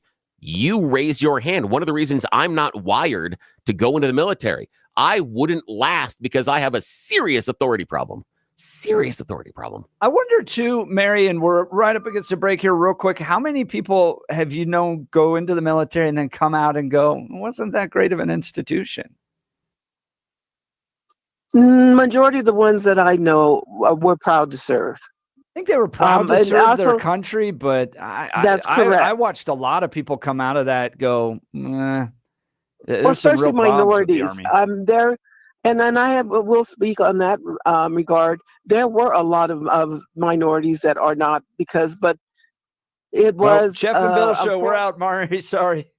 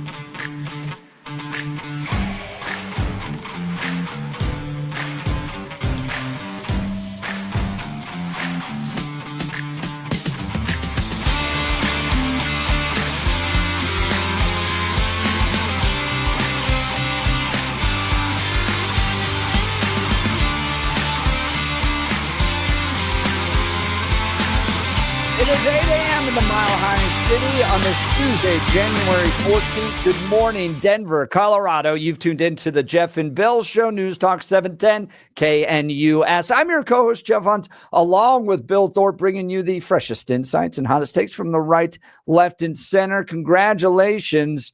You're into work in the greatest country in history. We got an entire hour planned for you of engaging conversations, critical analysis, but most importantly, phones, and text messages. We want to hear from you because unlike all those other shows out there, you're just listening to a monologue. We are having the conversations that matter most to you on this show. So grab a cup of coffee, Denver, and let's dive into those right here, right now. But first, news and comment with Blake Olson. Good morning, Blake. Hey, good morning, Jeff and Billy. It's 21 and clear in Denver, expecting a high of 41 today. Our top story, the Senate will start confirmation hearings today.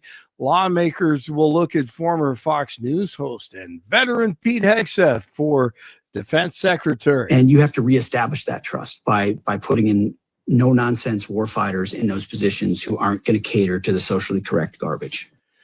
Messy NBC's Rachel Maddow and forever really doesn't like one of DJT's picks in particular. And this one is for the Trump nominee, who I think is probably the least confirmable of any of them. This is the Trump nominee who I would argue might even be less confirmable than Matt Gaetz would have been if they had left him as the nominee for Attorney General. I'm speaking, of course, of Trump's choice for Director of National Intelligence, Tulsi Gabbard.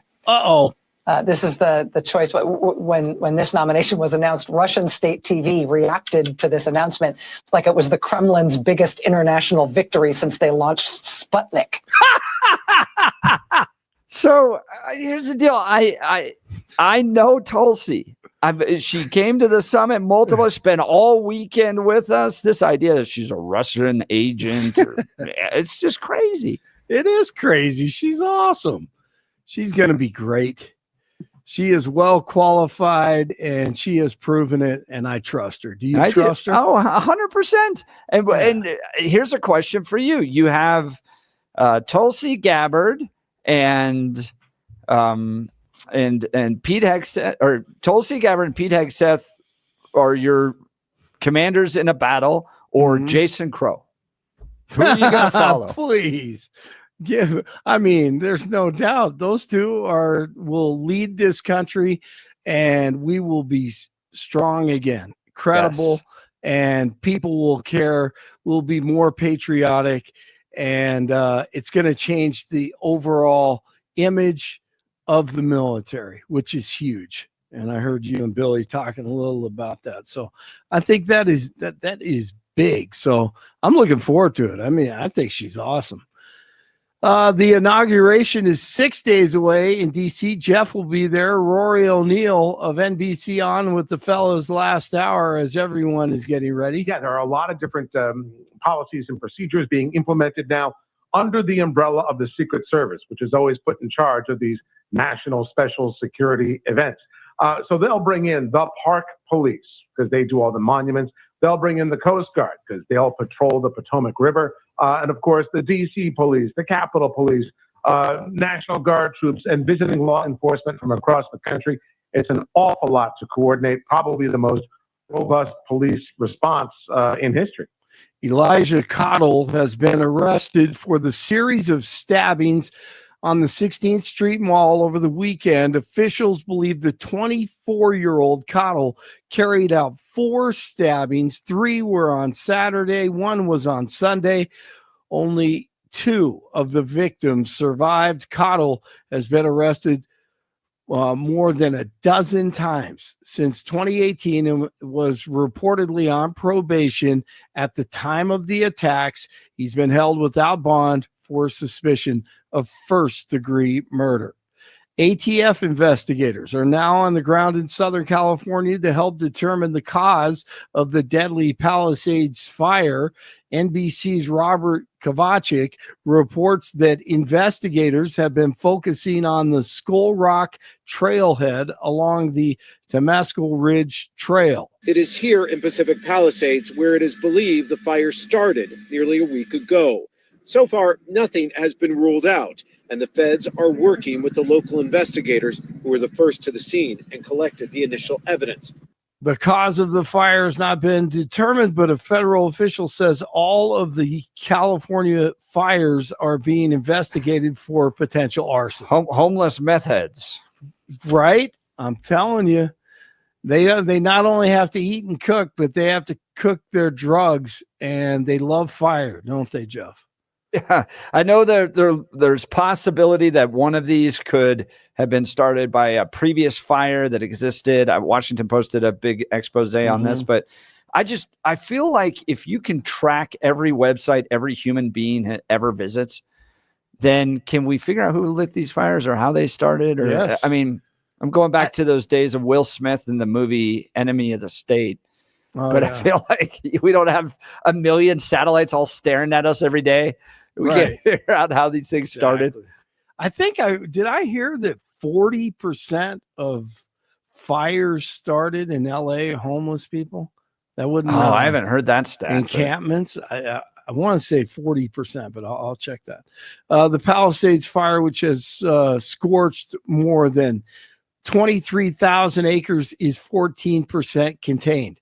The Mexican cartels have found a new way to smuggle drugs and people across the border. Federal agents in Texas have found a sophisticated tunnel that connected with a sewer system in El Paso. These criminal organizations, they have unlimited budgets. So to see this level of sophistication in this tunnel doesn't surprise me. It just goes to show kind of the level of tentacles that these organizations have grown into. This one was 6 feet tall and had both working lights and a ventilation system. Why doesn't that surprise me? A judge is approving the city of Aurora's request to shut down an apartment complex tied to the violent gang activity. Of course, yes, Tren de Aragua, and an emergency order for the Edge of Lowry complex was signed by the judge last week. Officials want to shut down the complex because of, yes, as we've talked about on this station for months and months and months, criminal activity connected to the Venezuelan gang, including the kidnapping and torture of 2 people last month. NBC White House Correspondent Jon Decker on with the guys this morning. An Israeli-Hamas peace hostage deal. Well, don't get your hopes up, but it is encouraging right now. A deal in which hostages would be released in 2 stages. The first stage would happen this week, up to 36 hostages. And remember, there are Americans that are also being held hostage by the terrorist group Hamas. They've been held hostage since October the 7th of 2023. We'll pray for that one. Deion Sanders talking with the Cowboys about their head coaching vacancy. Owner Jerry Jones reached out to Sanders and discussed the job. Deion told ESPN he's intrigued but loves Boulder and everything associated with the team and community. I say it's a 50-50 chance. We shall see. 20 in Littleton. Hey, real quick. Blake, we didn't get a chance to talk about this yesterday. I apologize, but Bill McCartney dying over the weekend. Did you have any personal connection with him? I did. I mean, I've interviewed him a few times. Know his family, great people. Know his son, just an awesome guy himself. Head coach at Fairview High School. My best friend, Coach Mack, was his coach. Had great stories about him, including one on Boulder Creek where his mom actually ran into Coach Mack just one day. They were walking and had a great, unbelievable conversation with him. She was the salt of the world. She's in heaven now, just a great lady. And she loved the Lord, and so did Coach Mack. And they talked about God. And, I mean, there are stories upon stories about that. And I'll never forget, I was in Dallas working when he decided to retire. And I remember all the sports people, like, oh, he's not retiring. He's going to Michigan and he's going to UCLA. No, he was all about God. He was all about the Lord. And he gave up football to give his life to God. And yeah, we're going to miss him. Everyone. So he was also big with Promise Keepers. I don't know if he founded it or was president, but maybe he did. But yes, he did. There was I listened to one that has stuck with me for my entire life. It was a presentation at Promise Keepers, and what they had done was they had put on the stage bear traps, live bear traps all over the stage. Okay. And then they had a 15-year-old boy. This still gets me to this day. Yeah. I had a 15-year-old boy, and they told him to walk through it blindfolded. Oh, man. And just before he starts, his dad steps up, and his dad says, "I'm going to help you." And the image being the dad guiding the son through all the bear traps, right? Like that's your role as a father. Is your son is going to face all of these things that are there to destroy him. And as a Christian man, your role as a father is to guide your son around that, because he's not going to be able to see them as well as you. And I remember, and you think about the ministry, the work, the impact of Promise Keepers. Whew, Incredible. what a legacy. He left his mark. There is no question about that. So prayers and thoughts out to the family. I'm glad you brought that out and brought that up. He impacted so many people.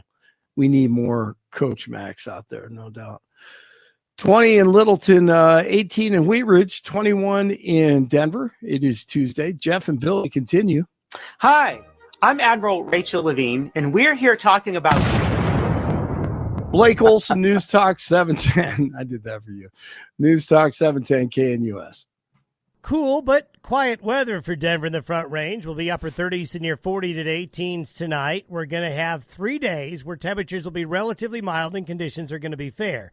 Getting into the 40s Wednesday, 40s to low 50s Thursday, and 40s Friday. However, it is going to be turning sharply colder this weekend as an Arctic front comes in. Late Friday night, but especially during the day Saturday, falling temperatures, and Saturday a chance of snow. I'm meteorologist Don Day in the 710 KNUS Weather Center.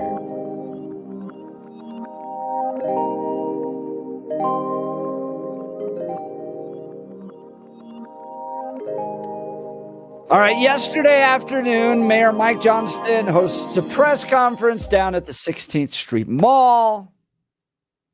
He tries to remind people, hey, in light of the stabbings that took place over the weekend, the 16th Street Mall is still a safe place to go. Denver is vibrant and getting safer all the time. Does it feel like Denver's getting safer? He tried to make the argument that statistically, compared to last year, some crime is down, things are getting better. I don't know. And do the stats line up with how people feel about the city of Denver? There was a letter posted by Do Better Denver, which is this great X account, about how the employees are not that interested in going downtown anymore. They want to have more virtual work time. And Mayor Mike Johnston had to write a letter in response, essentially saying, no, things are getting better. And in fact, they won't get better unless you show up. We need good people to come downtown. So how much do you place upon Mike Johnston on this? Listen, this was the time frame of the stabbings that took place. This is also kind of mind-boggling to me, okay? The first one takes place at 5:10. All right, that was the first attack on Saturday. The second one at 5:17, I think right after. Let me get these. I posted these on my X account. I can't find them in the article. 5:12 was the first attack. Victim 1 attacked 5:12. 5 minutes later, victim number 2 is attacked at 5:17 p.m. This is the flight attendant whose wounds were so bad she ends up dying. There's a third victim at 5:54. So in the course of about 42 minutes, you have 3 stabbing victims on the 16th Street Mall. Then they can't find the guy. And Saturday night, the Denver Police Department put out all of these these video images and pictures to try to find the guy. And then it's not till 8:06 the next day, PM. So 27 hours later, that another victim is attacked. And because of that, they see a guy holding a knife. They chase him and they're able to catch this Elijah guy. I mean, where do you fall on all this? The mayor Mike Johnston, the mayor of Denver, saying, no, come to the city of Denver. We need good people here. We need the sales tax revenue. We need to make the city safer. We need good people. Meanwhile, random people on 16th Street Mall, 2 of them killed, stabbings 48 hours prior to his press conference yesterday. And here's one guy that's had enough of Mike Johnston. Yeah, I saw you at the parade, you hour mayor. It's your fault! Crime-loving Democrats are burning this city down! You are not. The city's burning! People are being butchered! I'm sorry, Colette, can you repeat the question? Crime-loving Democrats are burning the city down. People are being butchered. But no! Mike Johnston says that Denver is getting safer and more vibrant all the time. Bill, your thoughts? It's a little tough because I see why people wouldn't want to go downtown, but for a variety of reasons. One, crime, also parking, what things to do down there. But I also see why you wouldn't want to go down there as an employee. I'm someone that thinks that you need to embrace work from home. I think that is going to be an advantage. And if I'm owning one of those large office spaces downtown, I'm trying to retrofit. Dude, these are crazy. I got a notification that some of these were sold just 4 or 5 years ago for $40 million are now being sold for $20 million. Exactly. Half. Yeah. Half. Yep. And for me, if I have that kind of money, this is a time for me to invest, get some valuable property downtown. And then you come in and you look at that savings and you retrofit everything, you turn it into apartments. And what you do is you come down there, and what I would be doing, again, I wish I'm not independently wealthy. I've talked to my parents years and years and years about that, saying it would have been much easier in my life if you just were rich. Not on me. It's not my job to do that. But the idea being, if I could afford those buildings, I would be looking at what the rent is around me. And I hate to tell you, I'd be undercutting it because I would be trying to draw people in those areas over. And I would also try to be looking at some amenities I can add in order to make my building more attractive than the ones within a 3 to 4 block radius. Because if I can get this property at 50% of what it was going for a couple of years ago, I've got some hay to make. I've got the ability to grow. And if I can get them into singular apartments, I think that to me is going to be more stable than office space at this point. So that's where I would really be going. The problem with that is, of course, going to be electricity and plumbing. Those are huge expenses. And I don't know what that looks like as far as the retrofit. I don't know how expensive it is. Or I would be looking at an office that had more plumbing already installed. I would be looking at the office buildings that had the most number of bathrooms possible, because then I've got the pipes already. Is Mayor Mike Johnston right? Denver's getting safer and more vibrant all the time. I would say if we probably had to look at statistics, I would say, yeah, he probably is right. That if we had to look at the course of crime and or a violent crime, he probably can point to a decrease, whatever that is. I'm not saying he's right about it, but he probably can point to that statistic. So technically he would be correct. And if you talk about getting more vibrant, I think there are some great things going on downtown. But downtown is having the difficulty of dealing with 1, the perceived crime problem, 2, the existing crime problem, 3, the existing homelessness problem, and 4, the lack of people returning to office buildings. And that's really, really hurting restaurants down there, because they used to survive off of lunch, dinner. And now you have to make a happy trip. hour. Yep. You have to make a trip down there to have dinner. Rather than something like, hey, I'm already downtown, getting the wife or friends to meet you downtown to come have dinner and then do something else. You don't have that anymore. You've got to all make that effort to get down there. So during this press conference, by the way, this guy that runs out and heckles Mike Johnston. And by the way, can we give a round of applause to that guy? Democrats, crime-loving Democrats are burning the city down. He also says, I saw you in the parade, you coward. Crime-loving Democrats are burning the city down. People are being butchered. All right. When he heckles him, there's a security guard to the left that starts to step in to try to protect Mike Johnston. In Mike Johnston's crime-ridden city that he believes is actually getting safer and more vibrant all the time, he has to have his own personal security protect him from hecklers. By the way, those personal security didn't exist for the 4 people stabbed on the 16th Street Mall. And I don't understand why it took Denver police this long to find a guy that in 40 minutes had stabbed 3 people. It took him another 27 hours and another stabbing to find the guy. Okay? So, in Mike Johnston's own city, he has to have his own security. The press conference that should have happened, because we have seen it, Bill, ourselves, should have been very similar to the one that George Brockler gave. This is what I think the people of Colorado are desperate for, is the leadership of someone like George Brockler, who's just going to say, not on my watch. You cannot come in to my town and commit crimes. I am here to protect innocent civilians, and we are going to restore order and peace. And George even gets up and says, if you want to commit crime, I drew you a map of how you can drive around our community, because we're not going to tolerate it.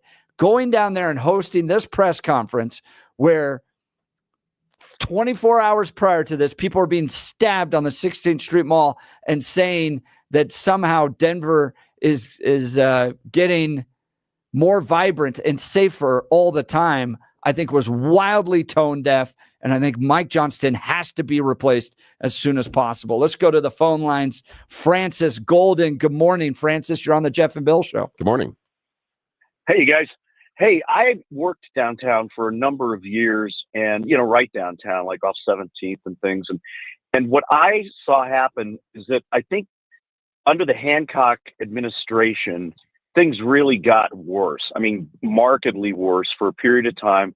And then you couple in the 16th Street Mall redo, which is inexplicably it's like building the pyramids or something. It's ridiculous. But all of these things together have really worked to make downtown to make it less safe, significantly less safe.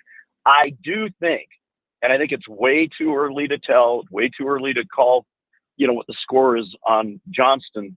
I think things have improved slightly.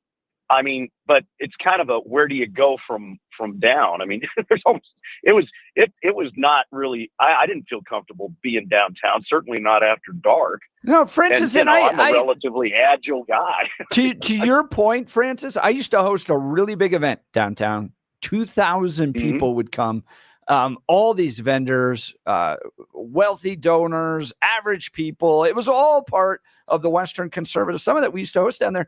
And when I took it over in 16, and the years prior to that, I worked starting in 13. So 13, 14, 15, and then 16, I took it over.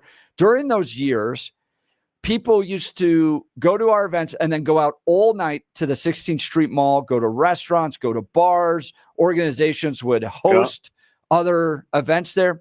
And the last one I hosted down at the convention center was 2022.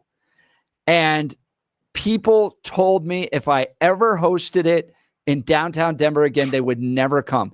There was the smell of urine all over the place. Yep. I mean, it collapsed. And this 16th Street Mall, they began reconstruction there in 2022.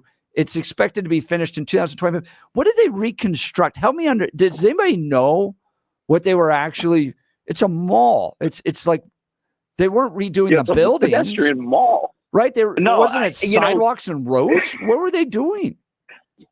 You hit a very good point. And because I was down there fairly recently, and I was trying to figure out, like, what are they, other than kind of like refacing things, what did they like logistically reconstruct? I couldn't figure that out either.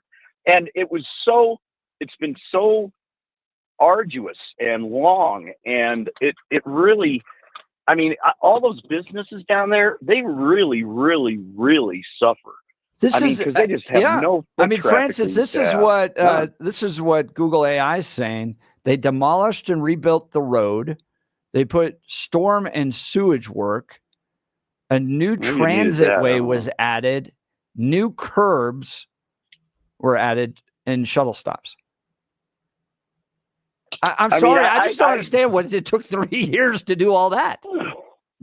No, I agree. Well, I know, you know what part of the problem is? The city of Denver has to contract with, they have contracting parameters that are unbelievable. Like, you have to be absolutely female or minority owned, or you don't even have a chance at the contract. Right. And it's just, there's a whole lot of that going on, but which doesn't mean that, obviously you have plenty of contractors who can do the work that are female and minority owned. I just don't get why it took so long. But, I think COVID also played into some of this, and it was kind of a perfect storm of a lot of little things. I think the number one thing, I think Johnston has made it mildly better, but he's only been in office for how long? Not very long at all. And so you're dealing with Hancock hangover, and I'm going to reserve judgment until I see a little bit more improvement. But my thing is that let's be honest and look where we have to get it working and fixed. And right now, the best thing that you can have for downtown is to get the GD 16th Street Mall done. I'm sick to death of having it kind of bisect everything with a bunch of junk. Francis, would you take your spouse and kids and walk around 16th Street Mall at 8:00 at night?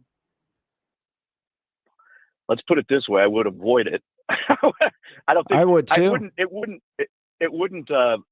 I wouldn't say that I'm going to necessarily not do that. I think I would be more. I'd be a hell of a lot more cautious. Let's put it that way. Now, I think it wasn't always that way for sure. Right. I mean, God, it wasn't very long ago you'd see that people walking around with families down there, and under Hancock, it just deteriorated to the. It was terrible. I mean, like I said, I was nervous walking around, and I can handle myself fine.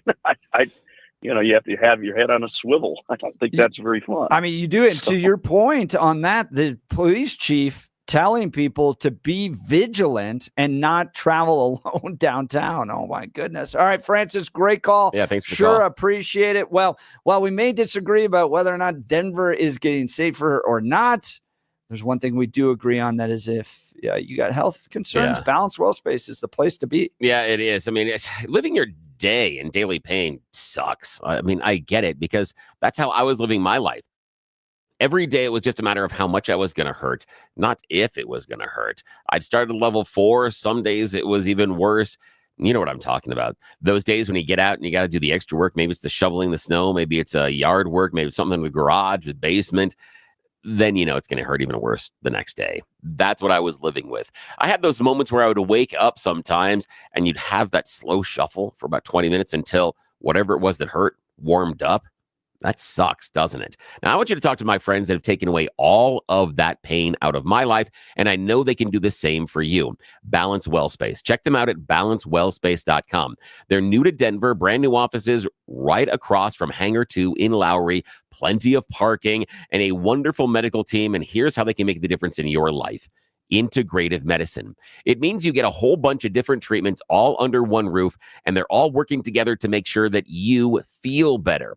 Chiropractic care, trigger point injections, neuropathic care, physical rehabilitation, regenerative care, wave therapy, and some amazing cutting edge Star Trek level stuff with blinky lights. And it's amazing.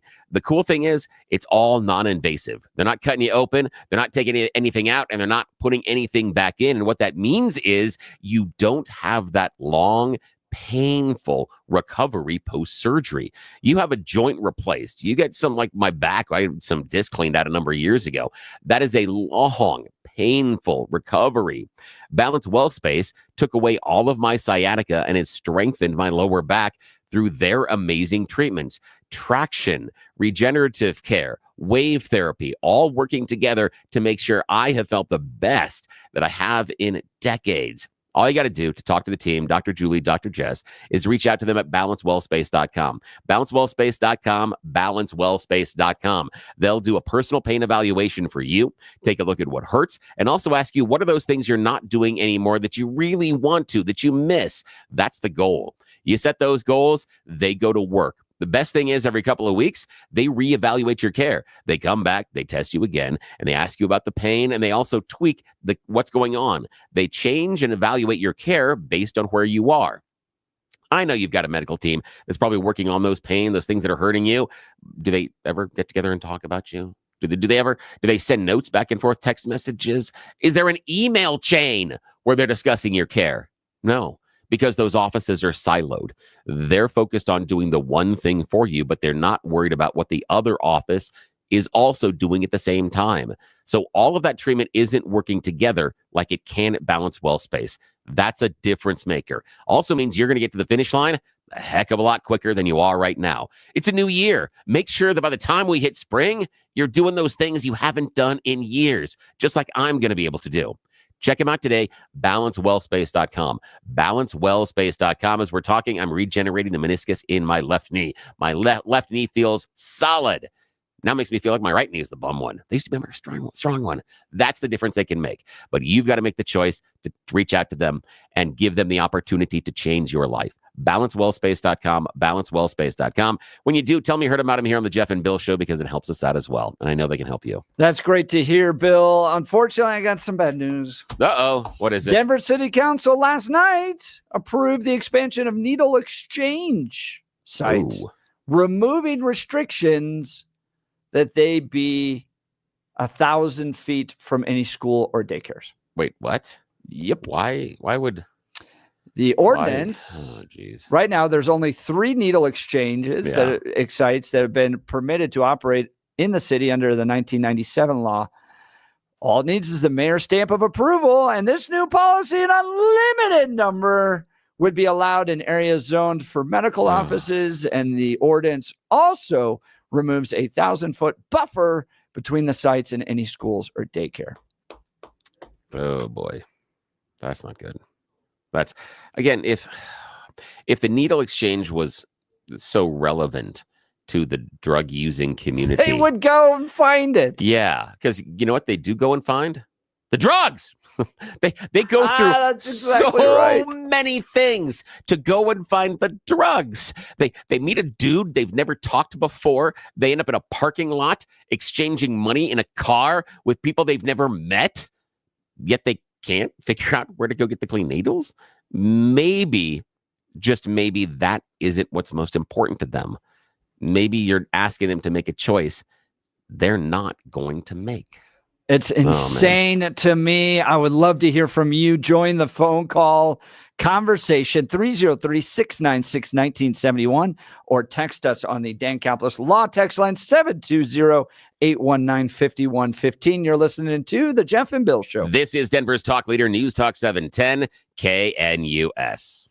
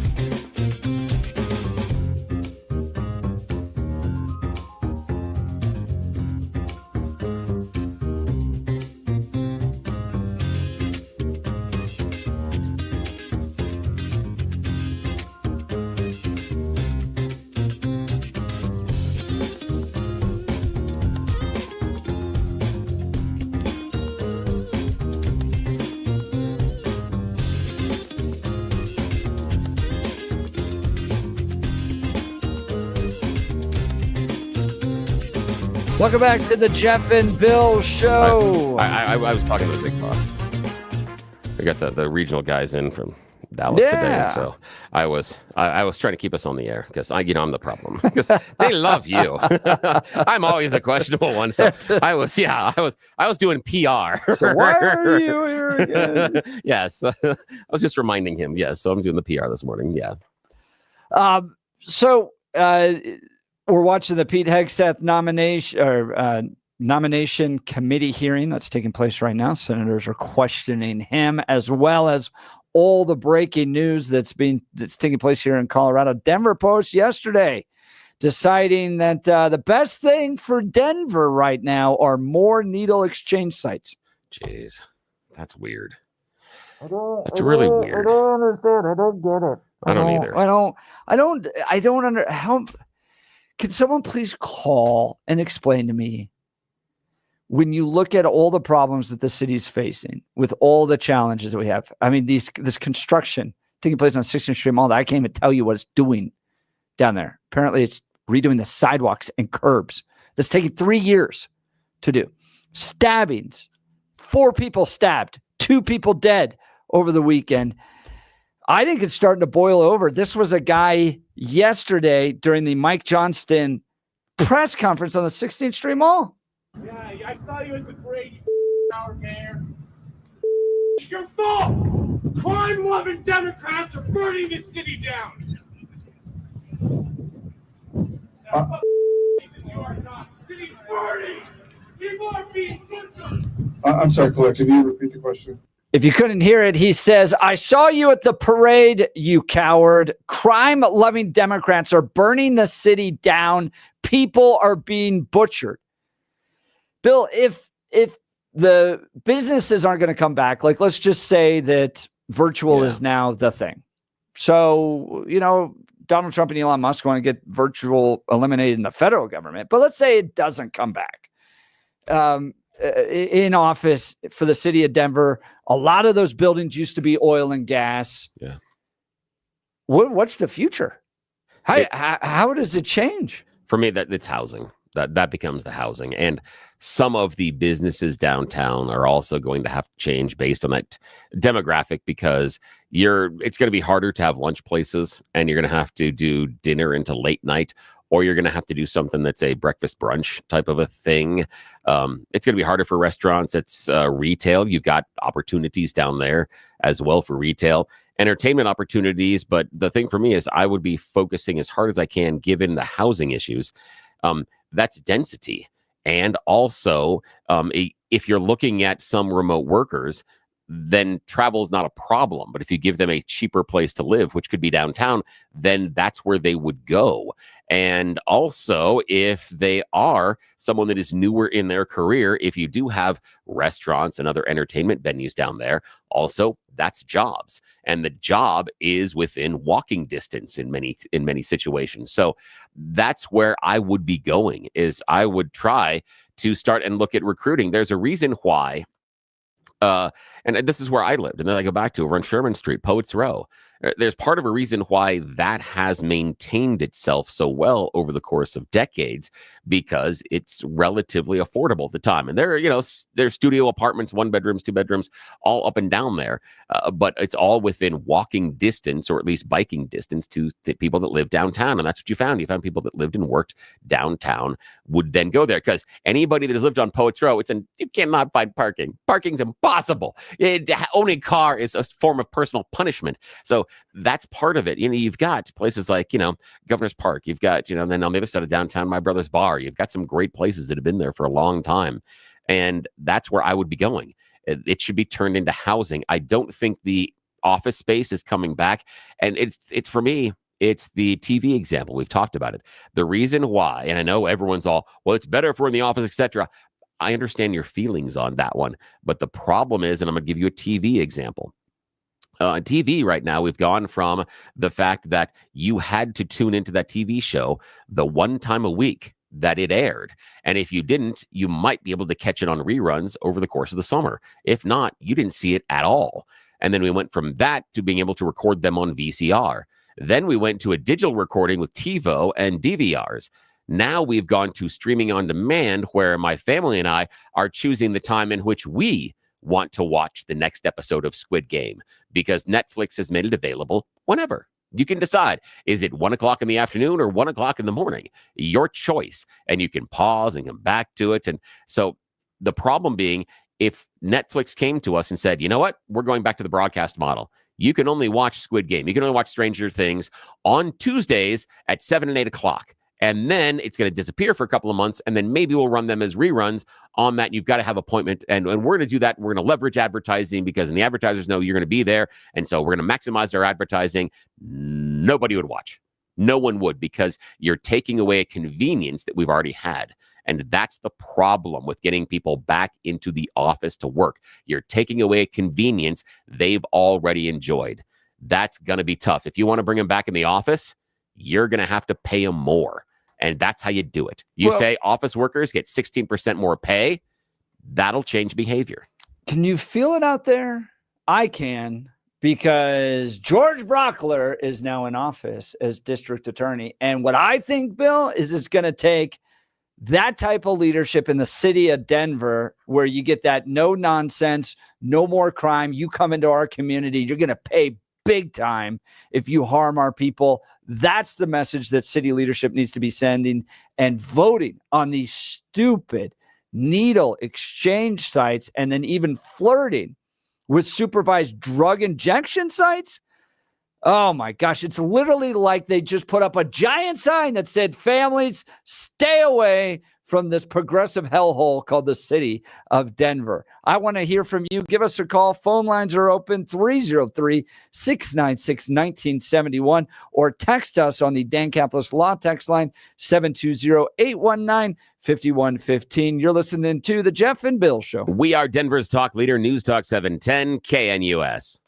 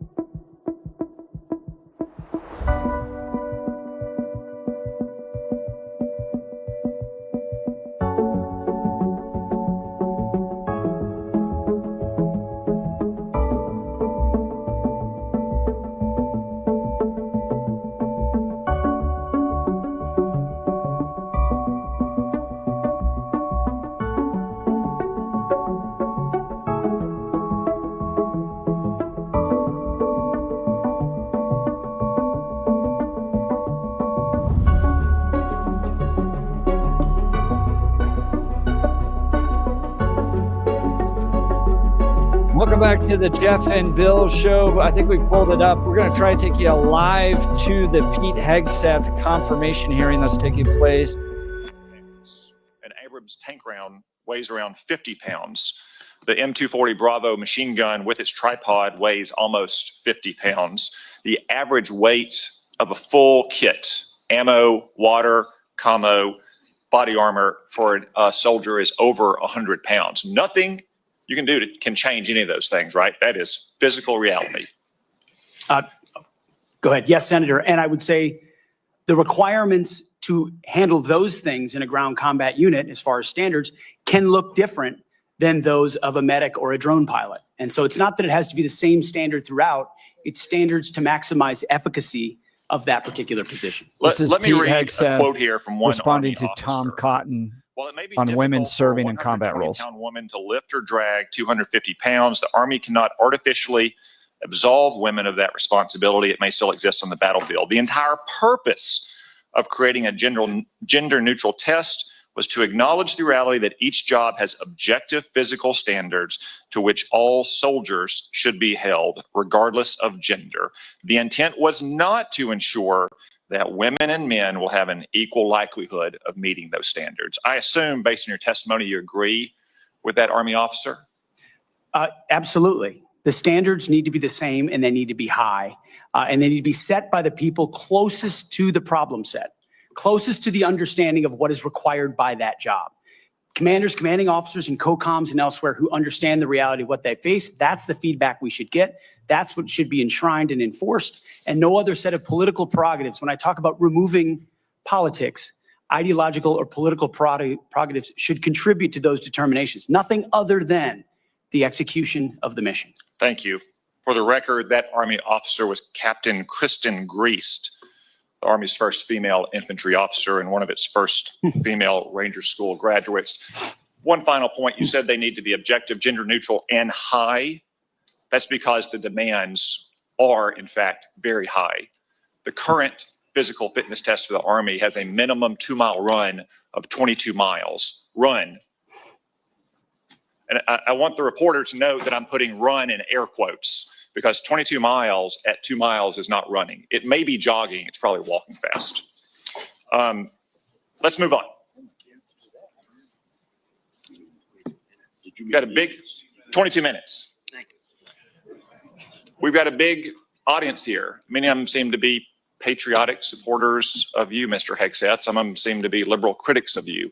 I would note that it's only the liberal critics that have disrupted this hearing.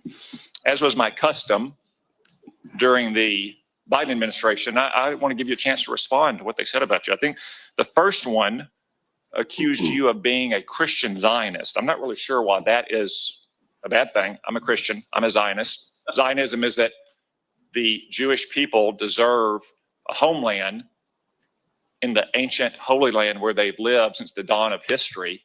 Do you consider yourself a Christian Zionist? Senator, I'm a Christian, and I robustly support the state of Israel and its existential defense, and the way America comes alongside them is a great ally. Thank you. Because another protester, and I think this one was a member of Code Pink, which, by the way, is a Chinese Communist front group these days, said You're that listening you support to the Israel's Jeff and war Bill show. We're in providing live coverage of the Pete Hegseth nominee battle taking place in Washington, D.C. We'll continue. Stay with us. You're listening to the Jeff and Bill show. This is Denver's talk leader, News Talk 710 KNUS.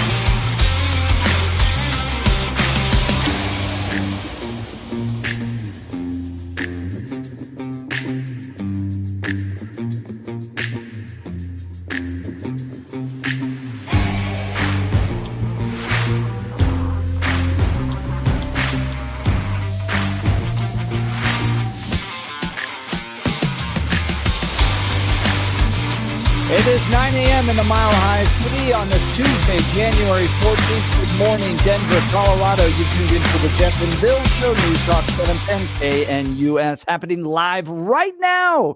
Pete Hegseth's confirmation hearing in the U.S. Senate. We're going to take you there live for a few minutes, and we'll bring in Blake for the news. Give me one example. Please give me an example. I get you're making these generalized meet statements. Quotas to have a certain number of female infantry officers or infantry enlisted, and that disparages those women. Commanders do not have to meet quotas for the infantry. Commanders do not have to have a quota for women in the infantry. That does not exist. It does not exist. And your statements are creating the impression that these exist, because they do not. There are not quotas. We want the most lethal force. But I'm telling you, having been here for 15 years, listening to testimony about men and women in combat and the type of operations that were successful in Afghanistan and in Iraq, women were essential for many of those units. When Ranger units went in to find where the terrorists hiding in Afghanistan or in Iraq, if they had a woman in the unit, they could go in, talk to the women in a village, say, where are the terrorists hiding? Where are the weapons hiding? And get crucial information to make sure that we can win that battle.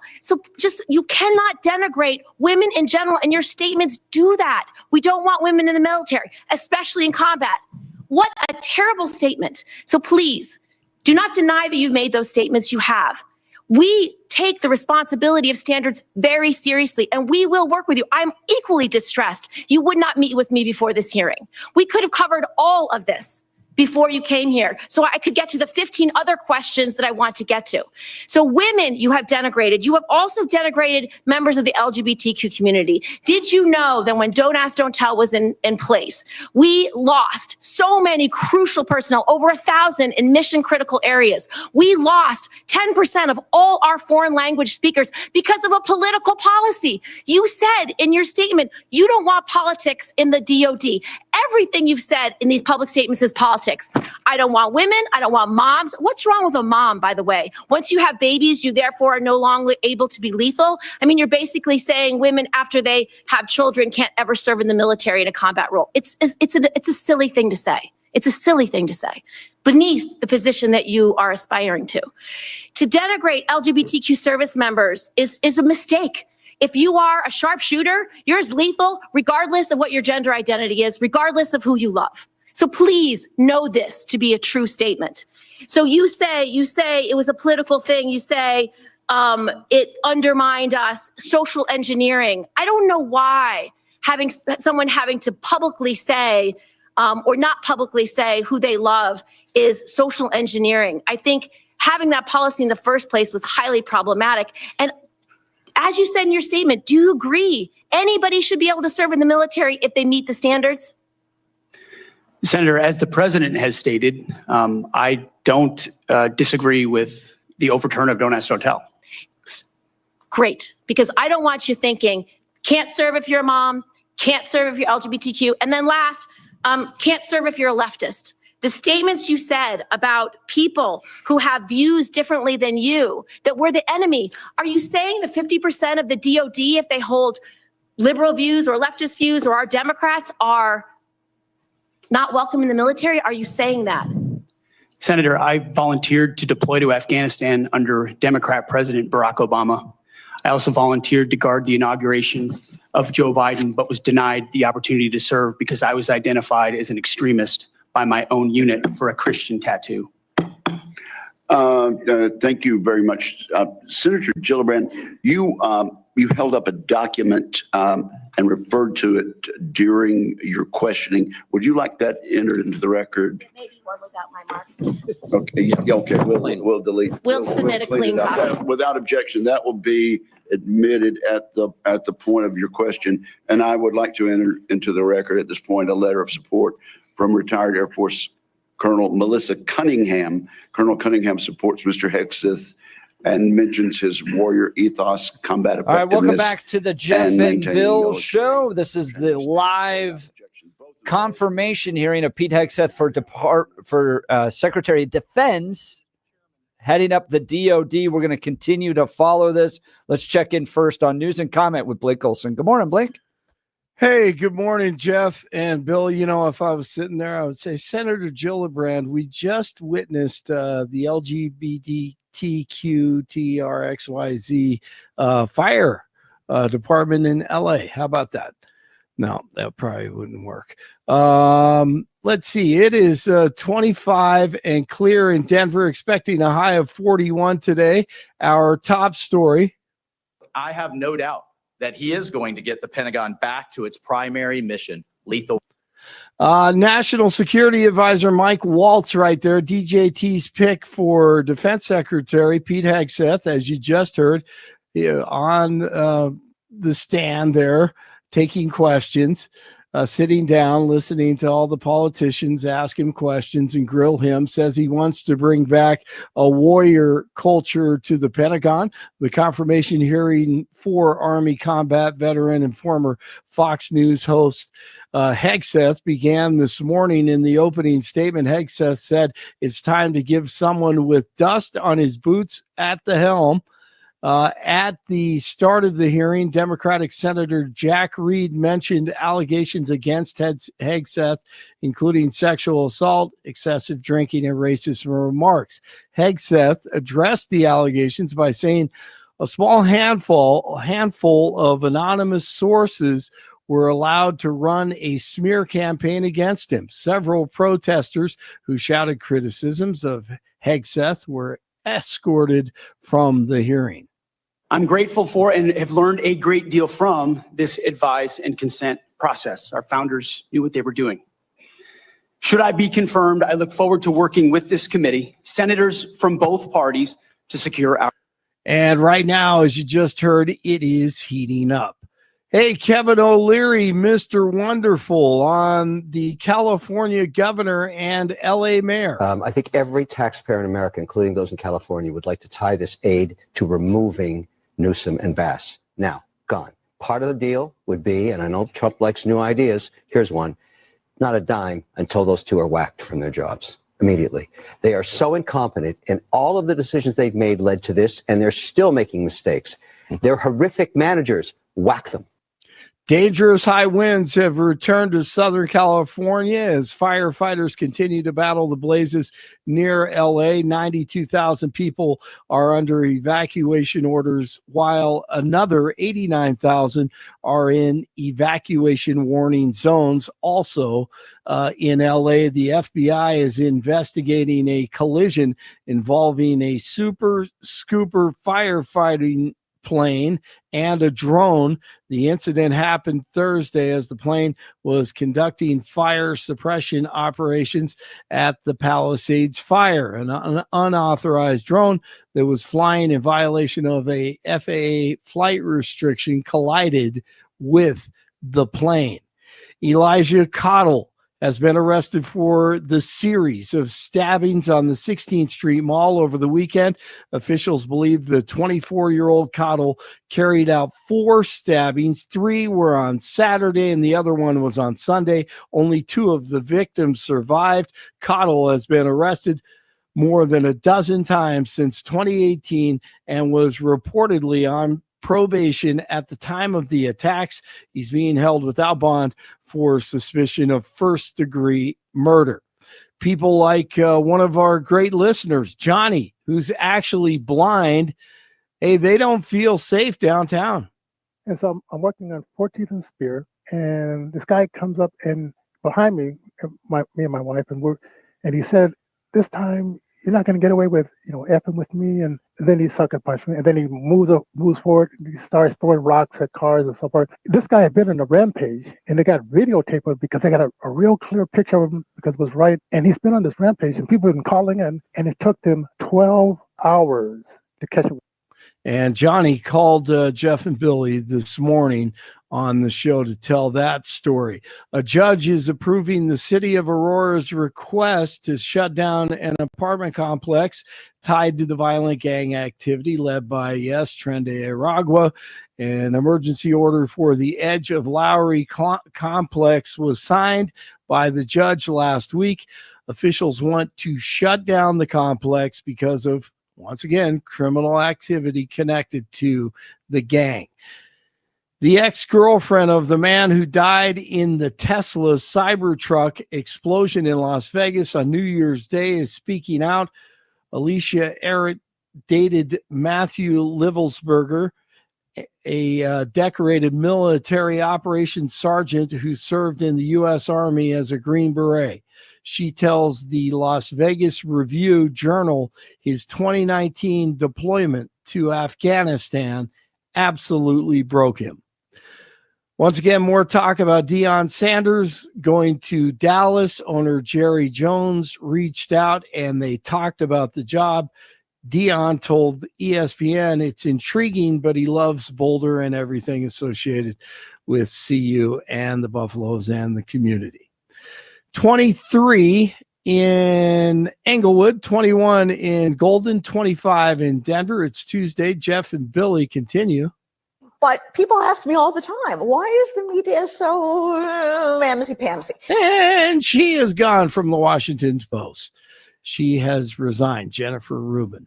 Blake Olson, News Talk 710 KNUS. Cool but quiet weather for Denver in the Front Range. We'll be upper 30s to near 40 to 18s tonight. We're going to have 3 days where temperatures will be relatively mild and conditions are going to be fair. Getting into the 40s Wednesday, 40s to low 50s Thursday, and 40s Friday. However, it is going to be turning sharply colder this weekend as an Arctic front comes in. Late Friday night, but especially during the day Saturday, falling temperatures and Saturday a chance of snow. I'm meteorologist Don Day in the 710 KNUS Weather Center.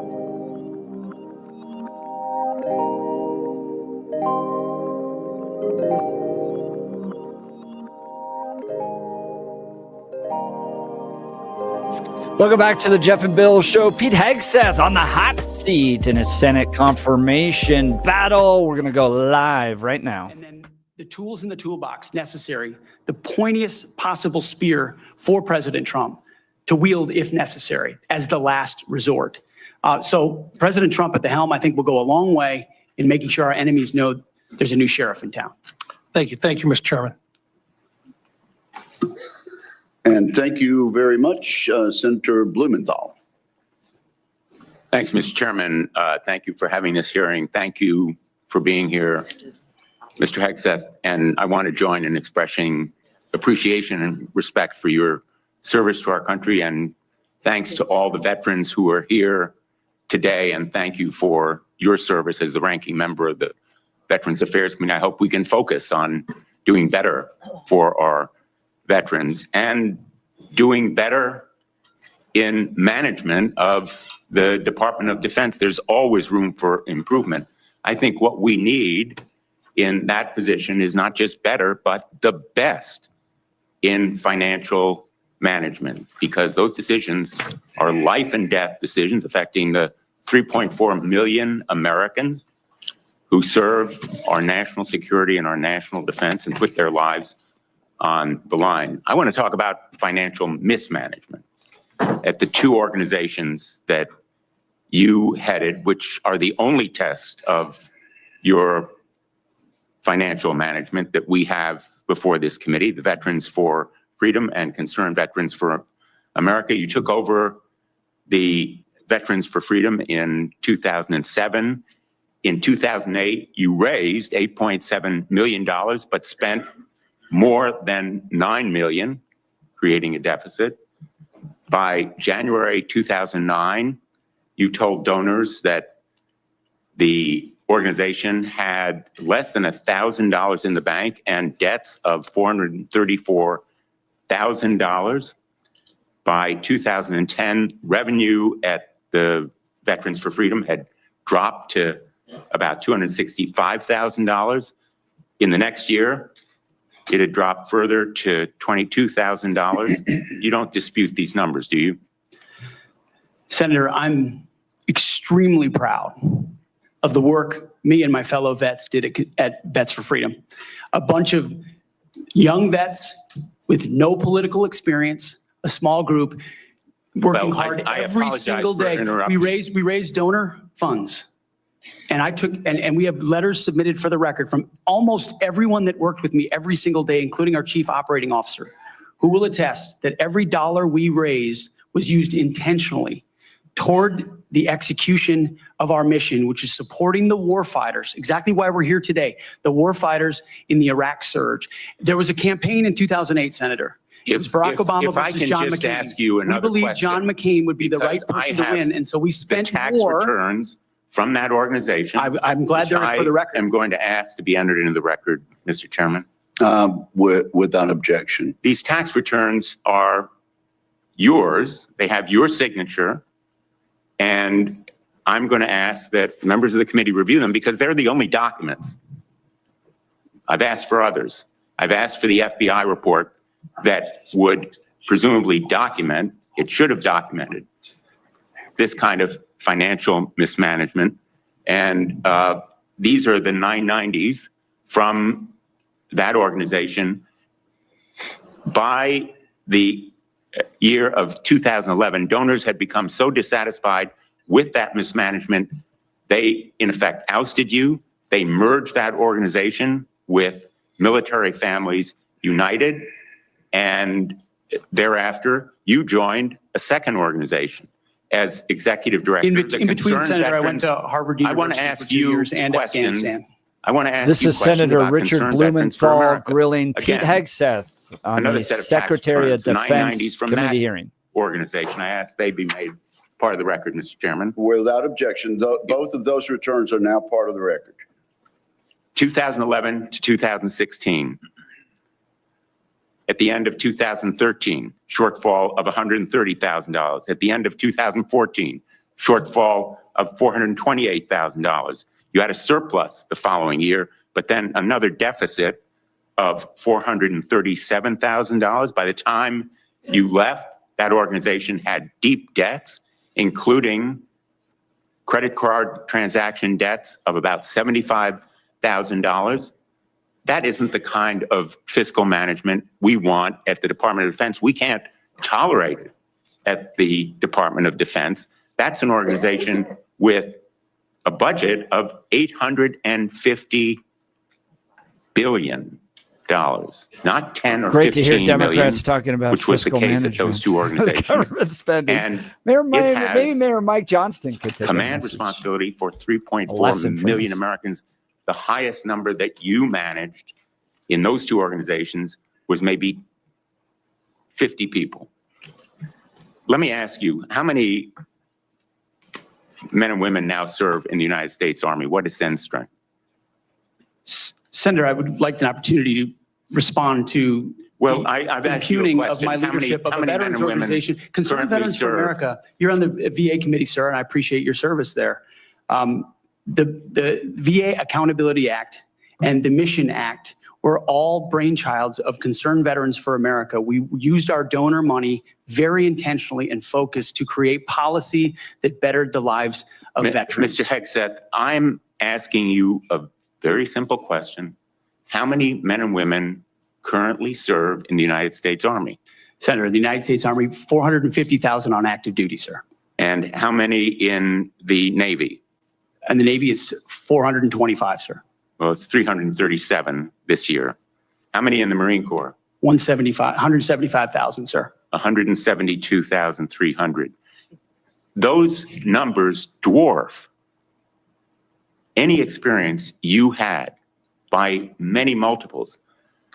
I don't believe that you can tell this committee or the people of America that you are qualified to lead them. I would support you as the spokesperson for the Pentagon.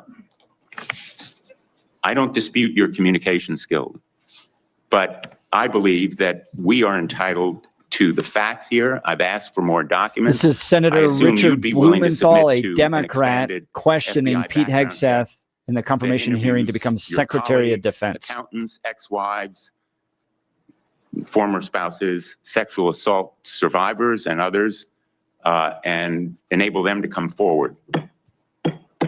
Senator, I'm not in charge of FBI background checks. But you would submit to it and support it. I'm not in charge of FBI background checks. Thank you, Senator Blumenthal. I at this point want to submit a letter from Captain Wade Zirkle, the founder of Vets for Freedom and the person who hired Pete Hegseth to run the organization. Although the two 2008 financial crisis dried up fundraising for nonprofits. Captain Zirkle says, and I quote, Pete responded to this crisis with decisive action by reducing staff and renegotiating all debts with creditors until they were fairly resolved. An impressive feat and a testament to Pete's character. Pete departed VFF in 2010 to take on a new role with Concerned Veterans for America. Pete departed on good terms. Without objection, that will be added to the record. Senator Ernst, you are recognized for 7 minutes.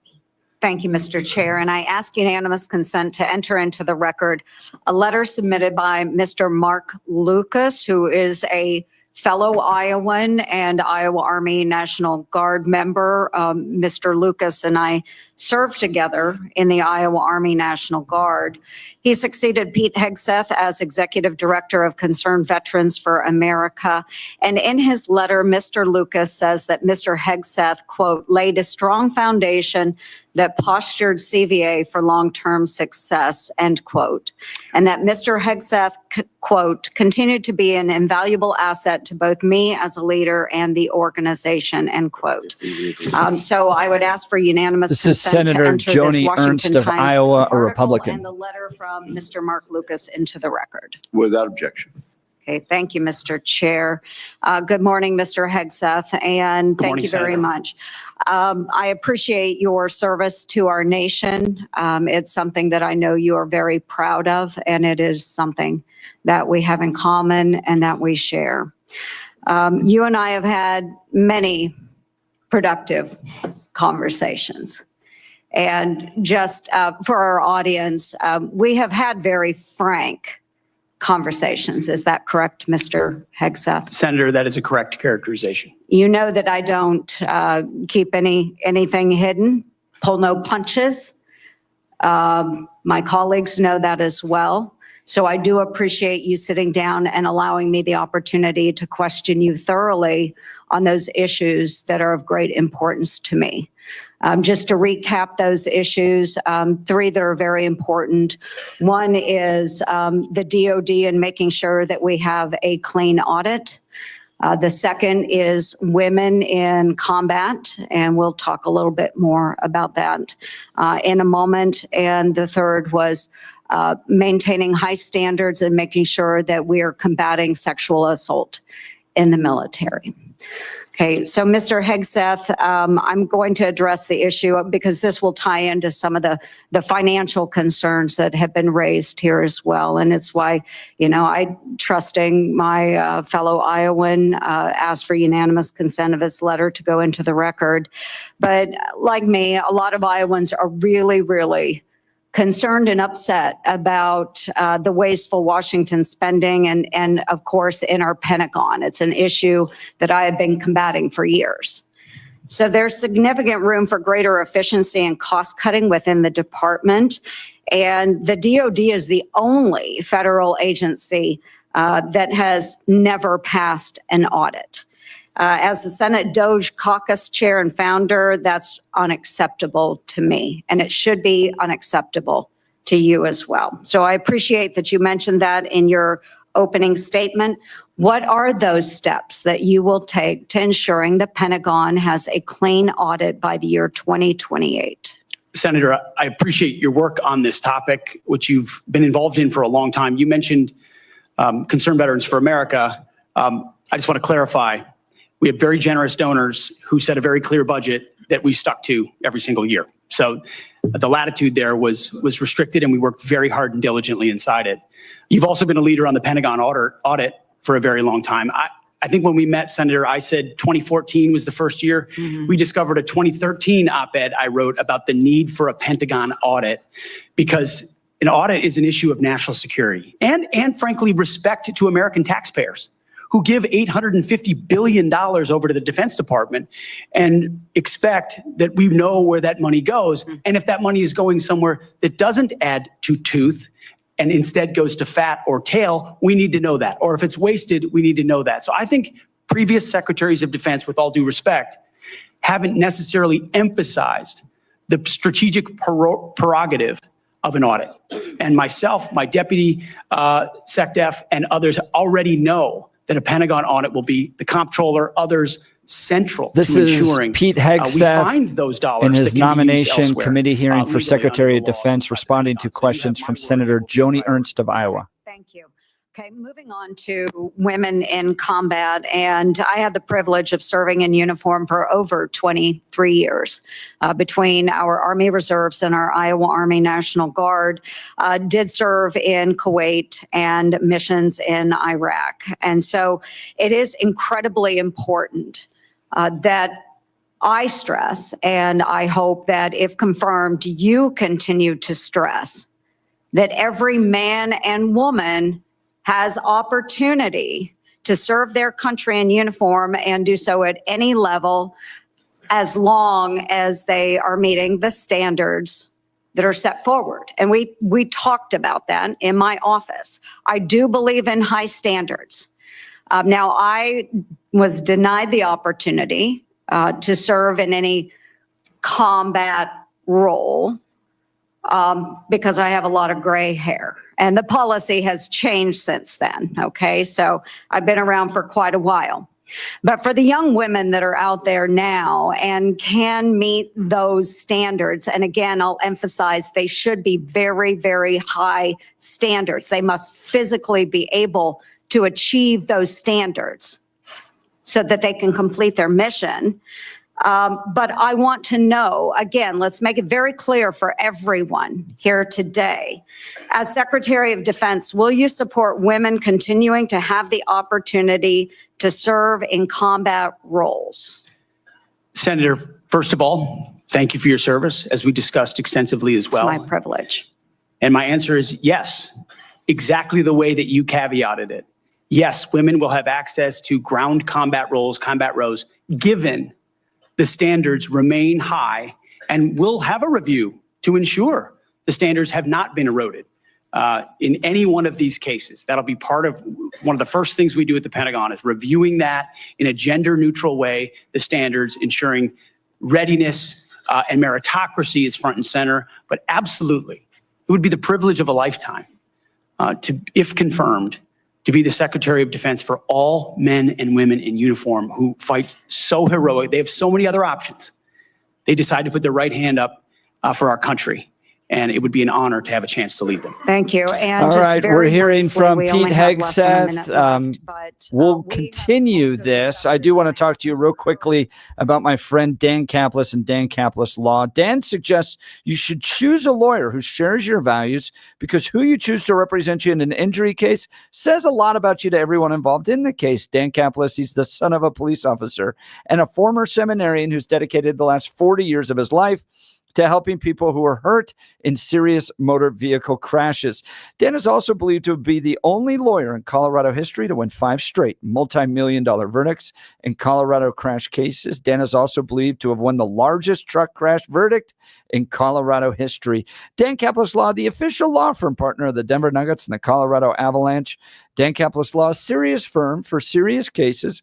Dan accepts righteous injury cases on a percentage fee basis so that he can represent good people from all walks of life without regard to ability to pay. So if you need Dan's help, give him a call at 303-770-5551 or hit dancaplisLaw.com. That's Dan, CAPLIS Law.com. We're continuing with live coverage of the Pete Hegseth confirmation hearing. Now, Billy, that's not quite the Democrat we were looking to hear from yet. We want to hear from the one from Illinois. Yeah, this is right? the gal from Hawaii. Yeah, okay. So we'll wait. Yeah, let's take a break. We'll continue with this live coverage of the Pete Hegseth confirmation hearing in Washington, D.C. to become the next Secretary of Defense. You're listening to The Jeff and Bill Show. This is Denver's Talk Leader 710 KNUS.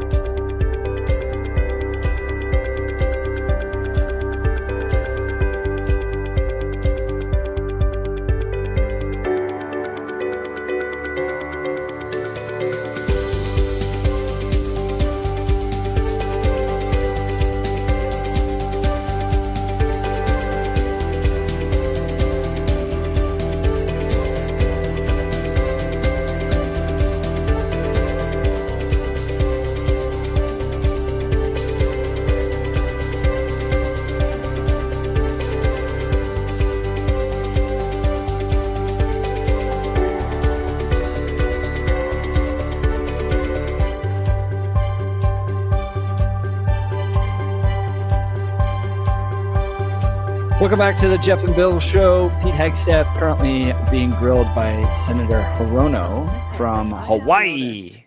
He is seeking to become the Secretary of Defense. You previously have made a series of inflammatory statements about women in combat, LGBTQ service members, Muslim Americans, and Democrats.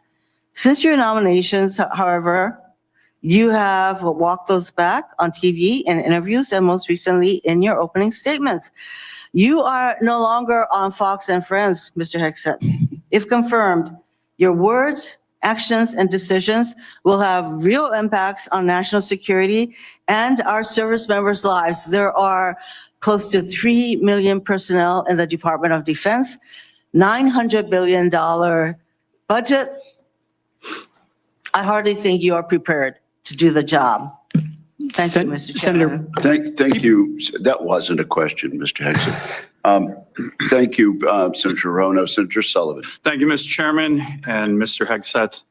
Congratulations on your nomination, and thank you and your family for your service and sacrifice. Thank you, Senator. Now for the most important question you will receive all day.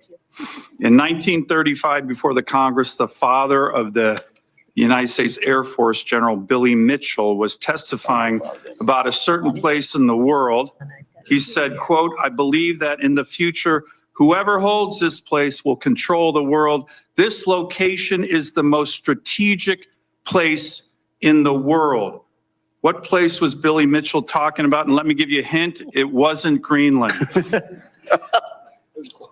I believe he was talking about the great state of Alaska. He was talking about the great state of Alaska. This is Great the answer. Republican If confirmed, senator of will you Alaska. commit to come with me to the great state of Alaska and meet our warriors who are on the front lines every day? Senator, I have, and as I mentioned to you in the past, I did a brief training exercise up at Fort Wainwright at a previous part of my military life. I look forward to returning. Great. And I will say we are on the front lines with this new era of authoritarian aggression in Alaska. The last 2 years, we've had Chinese and Russian naval task forces, joint strategic bomber task forces in our EEZ, in our ADIZ. And after his election, President Trump put out an extensive statement on Alaska, which included the following statement: "We will ensure Alaska gets even more defense investments as we fully rebuild our military, especially as Russia and China are making menacing moves in the Pacific." Mr. Hegseth, if confirmed, will you work with me, this committee, and the incoming Commander-in-Chief on continuing to build up our military assets and infrastructure in Alaska to reestablish deterrence in the Arctic and in the Indo-Pacific? If This confirmed, is Senator, this it would be a Republican pleasure. senator from Alaska talking to Pete Hegseth. We want to provide enough space for you to hear when the Democrats and Pete are going back and forth. So we'll be right back. We're continuing with Pete Hegseth in the Secretary of Defense nomination committee hearing taking place in Washington, D.C. You're listening to the Jeff and Bill Show. This is Denver's Talk Leader, News Talk 710 KNUS.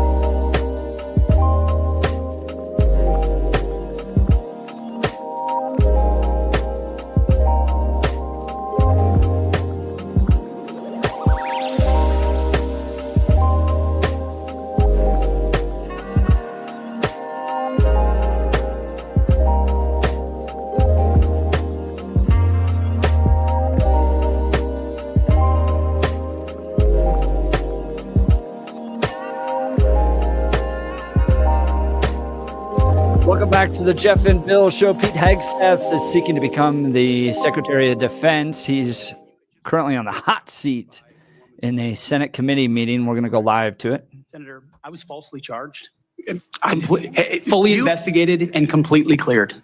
So you think you were completely cleared because you committed no crime? That's your definition of cleared? This is You Tim had just Kaine, by the way. fathered a child 2 Hillary months before by a woman Clinton's that was not your wife. I am shocked VP pick. that you would stand here and say you're completely cleared. Can you so casually cheat on a second wife and cheat on the mother of a child that had been born 2 months before, and you tell us you are completely cleared? How is that a complete clear? Senator, the child's name is Gwendolyn Hope Hegseth, and she's a child of God, and she's 7 years old. And she I'm was, glad and she's here. you cheated on the mother of that child less than 2 months after that daughter was born, didn't you? Those were false charges. Well, It no, was fully investigated, and I was completely cleared. And I am so grateful for the marriage I have to this amazing woman behind me. You've admitted that you had sex at that hotel in October 2017. You said it was consensual, isn't that correct? Anything, You've admitted that it was consensual, and you were still married, and you just had a child by another woman. again, How do you explain your completely judgment? false charges against me, You fully investigated, and I was You- completely clear. You have admitted that you had sex while you were married to wife 2 after you just had fathered a child by wife 3. You've admitted that. Now, if it had been a sexual assault, that would be disqualifying to be Secretary of Defense, wouldn't it? It was a false claim then and a false claim now. If it had been a sexual assault, that would be disqualifying to be Secretary of Defense, wouldn't it? That was a false claim. So Just you talking can't, about a hypothetical. so you can't tell me whether someone who has committed a sexual assault is disqualified from being Secretary of Defense? Senator, I know in my instance, and I'm talking about my instance only, it was a false claim. But you acknowledge And you it was cheat, but you fully acknowledge investigated. that you cheated on your wife and that you cheated on the woman by whom you had just fathered a child. You have admitted that. I will allow your words to speak for themselves. You're not retracting that today. That's good. I assume that in each of your weddings, you've pledged to be faithful to your wife. You've taken an oath to do that, haven't you? Senator, as I've acknowledged to everyone in this committee, not a perfect person, not claiming to But be. no, I just asked a simple question. You've taken an oath like you would take an oath to be Secretary of Defense in all of your weddings to be faithful to your wife. Is that correct? I have failed in things in my life, and thankfully I'm redeemed by my Lord and Savior, Jesus Christ. In finalizing divorces from your first and second wives, were there non-disclosure agreements in connection with those divorces? Senator, not that I'm aware of. If there were, would you agree to release those first and second wives from any confidentiality agreement? Senator, it's not something I'm aware of. But if there were, you would agree to release them from a confidentiality agreement? Senator, that's not my responsibility. Did you ever engage in any acts of physical violence against any of your wives? Senator, absolutely not. But you would agree with me that if someone had committed physical violence against a spouse, that would be disqualifying to serve as Secretary of Defense, correct? Senator, absolutely not have I ever done that. You would agree that that would be a disqualifying offense, would you not? Senator, you're talking about a hypothetical. I don't think it's a hypothetical. Violence against spouses occurs every day. And if you as a leader are not capable of saying that physical violence against a spouse should be a disqualifying fact. This is Virginia Senator Tim Kaine. For being Secretary of questioning the most Pete powerful Hegseth. nation in the world, you're demonstrating an astonishing lack of judgment. The incident in Monterey led to a criminal charge, a criminal investigation, a private settlement, and a cash payment to the woman who filed the complaint. And there was also a non-disclosure agreement, correct? It was a confidential settlement agreement off of a nuisance lawsuit. Right. During an interview, you claimed that you settled the matter because you were worried that if it became public, it might hurt your career. Do you maintain that you were blackmailed? Senator, I maintain that false claims were made against me.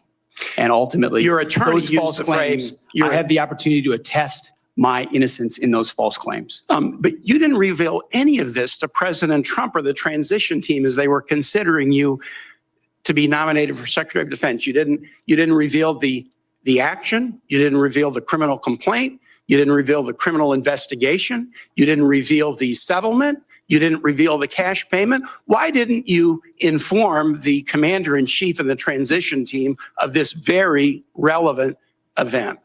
Senator, I've appreciated every part of the process with the transition team. They have been open and honest with me. We've had great conversations between the two of us. And I appreciate the opportunity that President-elect Trump has given me. You chose not to reveal this, right? Because you knew it would hurt your chances. So you chose not to reveal this really important thing to the commander-in-chief and the transition team because you were worried about your chances rather than trying to be candid with the future president of the United States. Are there any other important facts that you chose not to reveal to the president-elect and his team as they were considering you to be Secretary of Defense? Senator, I sit here before you in open book as everyone who's watched this process. With multiple non-disclosure and confidentiality agreements tying the hands of many people who would like to comment to us.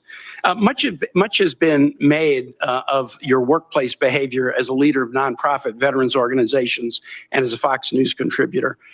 Were you fired from either of the leadership positions with the nonprofits? I was the leader. I was the CEO of Concerned Veterans for America and the executive director of Vets for Freedom. Were you fired from either And I was never fired from a veterans organization. Do you have non-disclosure agreements with either of those organizations? Not that I'm aware of, Senator. Many of your work colleagues have said that you show up for work under the influence of alcohol or drunk. I know you've denied that, but you would agree with me, right, that if that was the case, that would be disqualifying for somebody to be Secretary of Defense. Senator, those are all anonymous false claims, and the totality. They're not anonymous. The letters on the record here. They're not anonymous. On the record, we've seen records with names Vets attached for Freedom, Concerned Vets for America, and Fox News. One of your colleagues working hard every day on behalf. One of your colleagues said that you got drunk at an event at a bar and chanted, "Kill all Muslims." Another colleague, not anonymous, we have this, said that you took co-workers to a strip club. You were drunk, you tried to dance with strippers, you had to be held off the stage, and one of your employees in that event filed a sexual harassment charge as a result of it. Now, I know you denied these things, but isn't that the kind of behavior that, if true, would be disqualifying for somebody to be Secretary of Defense? Senator, anonymous false charges. They're not anonymous. And I'll just conclude and say this to the chairman. You claim that this was all anonymous. We have seen records with names attached to all of these, including the name of your own mother. So don't make this into some anonymous press thing. We have seen multiple names of colleagues consistently throughout your career that have talked about your abusive actions. Chairman, I think he's over his time. He's way over his time. I now yield. And thank you very much. Bringing up now the ask mother. your consent to enter into. So this is record the a family committee hearing for the nomination of Pete Hegseth to Secretary of Defense. You're hearing Republicans and Democrats go back and forth on this. I think that the Republican votes are going to stand. I don't see them backing away. I haven't heard anything so compelling this morning that would cause Republicans to withdraw their support at this point. But could be wrong. Phil, anything stand out to you? Yeah, I liked some of the press on the idea of what the size of organization you've run. The idea of you haven't managed anything that nearly has this amount of people and this amount of budget. What do you have as far as qualifications? And then questioning the decision making there. I also don't understand why he can't say, yes, this would be disqualifying. He keeps putting it back to himself as if it's an accusation, but he should, in many cases, say, well, if anyone behaves this way, it would be disqualifying because he's going to have to enforce rules. The people underneath him, his subordinates, may engage in this behavior. He needs to be able to be honest and say, yes, someone that commits a sexual assault does have to be reprimanded, does have to be dealt with, because we have that going on extant in the military. And why he can't say that worries me. Well, tomorrow, Billy and I are sure going to be debating all of this. Yes. So you want to tune in, 710knus.com. We'll continue to follow Pete Hegseth. So stick around to listen to all of the radio hosts on Salem. If you missed any of the show, go to 710knus.com. You're listening to The Jeff and Bill Show. This is Denver's talk leader, 710 KNUS.